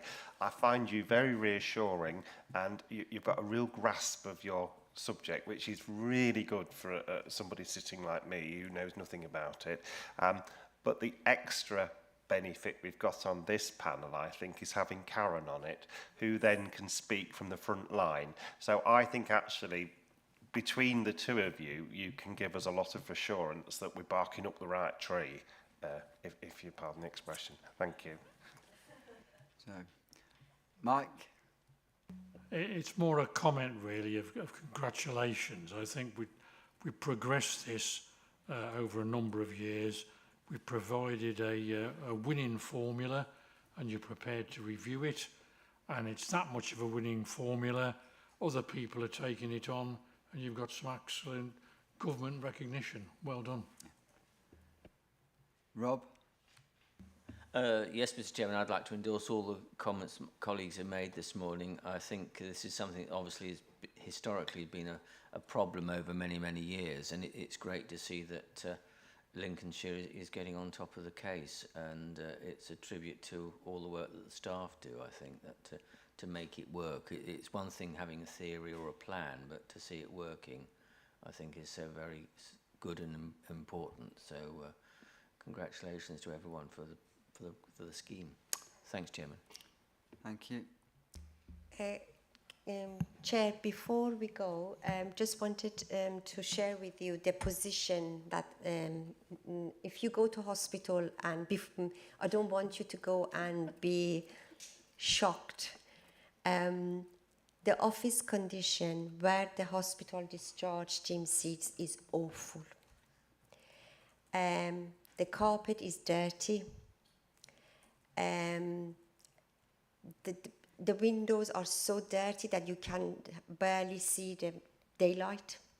The walls are, the wallpaper is falling, and I don't know how people can, especially in summer, it's so hot. So we have raised it, Andrea has raised it, and we have raised it.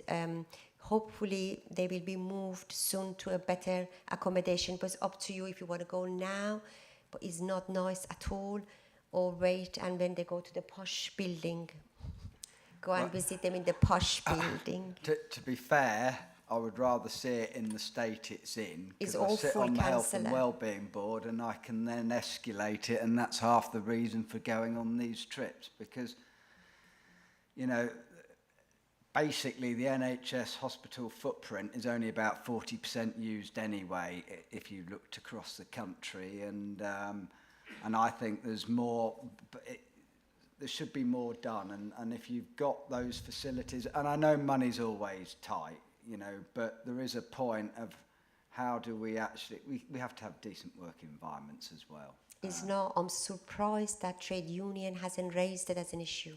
Yeah. I am very surprised. But Yeah. anyway, it'll be Thank nice you. to see it all in, so if we just have a flick about on dates, and we'll get sorted, and then if anyone else wants to come and join me, more than welcome. Councillor Lee, maybe? And other than that, it is a great piece of work, and I think it's really does define the sort of whole discharge programme, and yeah, very well done. Thank you very much. So on that note, we'll go to item 9, the work programme. I'll let you go first. Thank you. Simon. Thank you, Chairman. The only one change, if members of the committee would like to look at page 78, is for the next meeting on the 18th of October. We are expecting, all scrutiny committees will be expecting an item to look at suggestions for potential scrutiny reviews with a view to reporting back to Overview and Scrutiny Management Board later in the year, so those suggestions, if any, can be evaluated. This would be with a view to allocating a topic to Scrutiny Panel A, which has finished its current programme.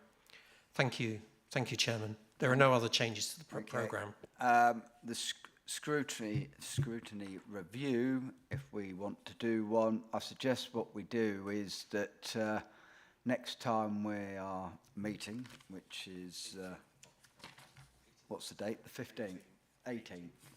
18th. We will have a quick discussion after the meeting agenda where it's finished, and then we'll just have a discussion if there's anything that we feel that we should do. So if people want to give it a thought, fine. Okay, thank you very much. Meeting closed. Thank you.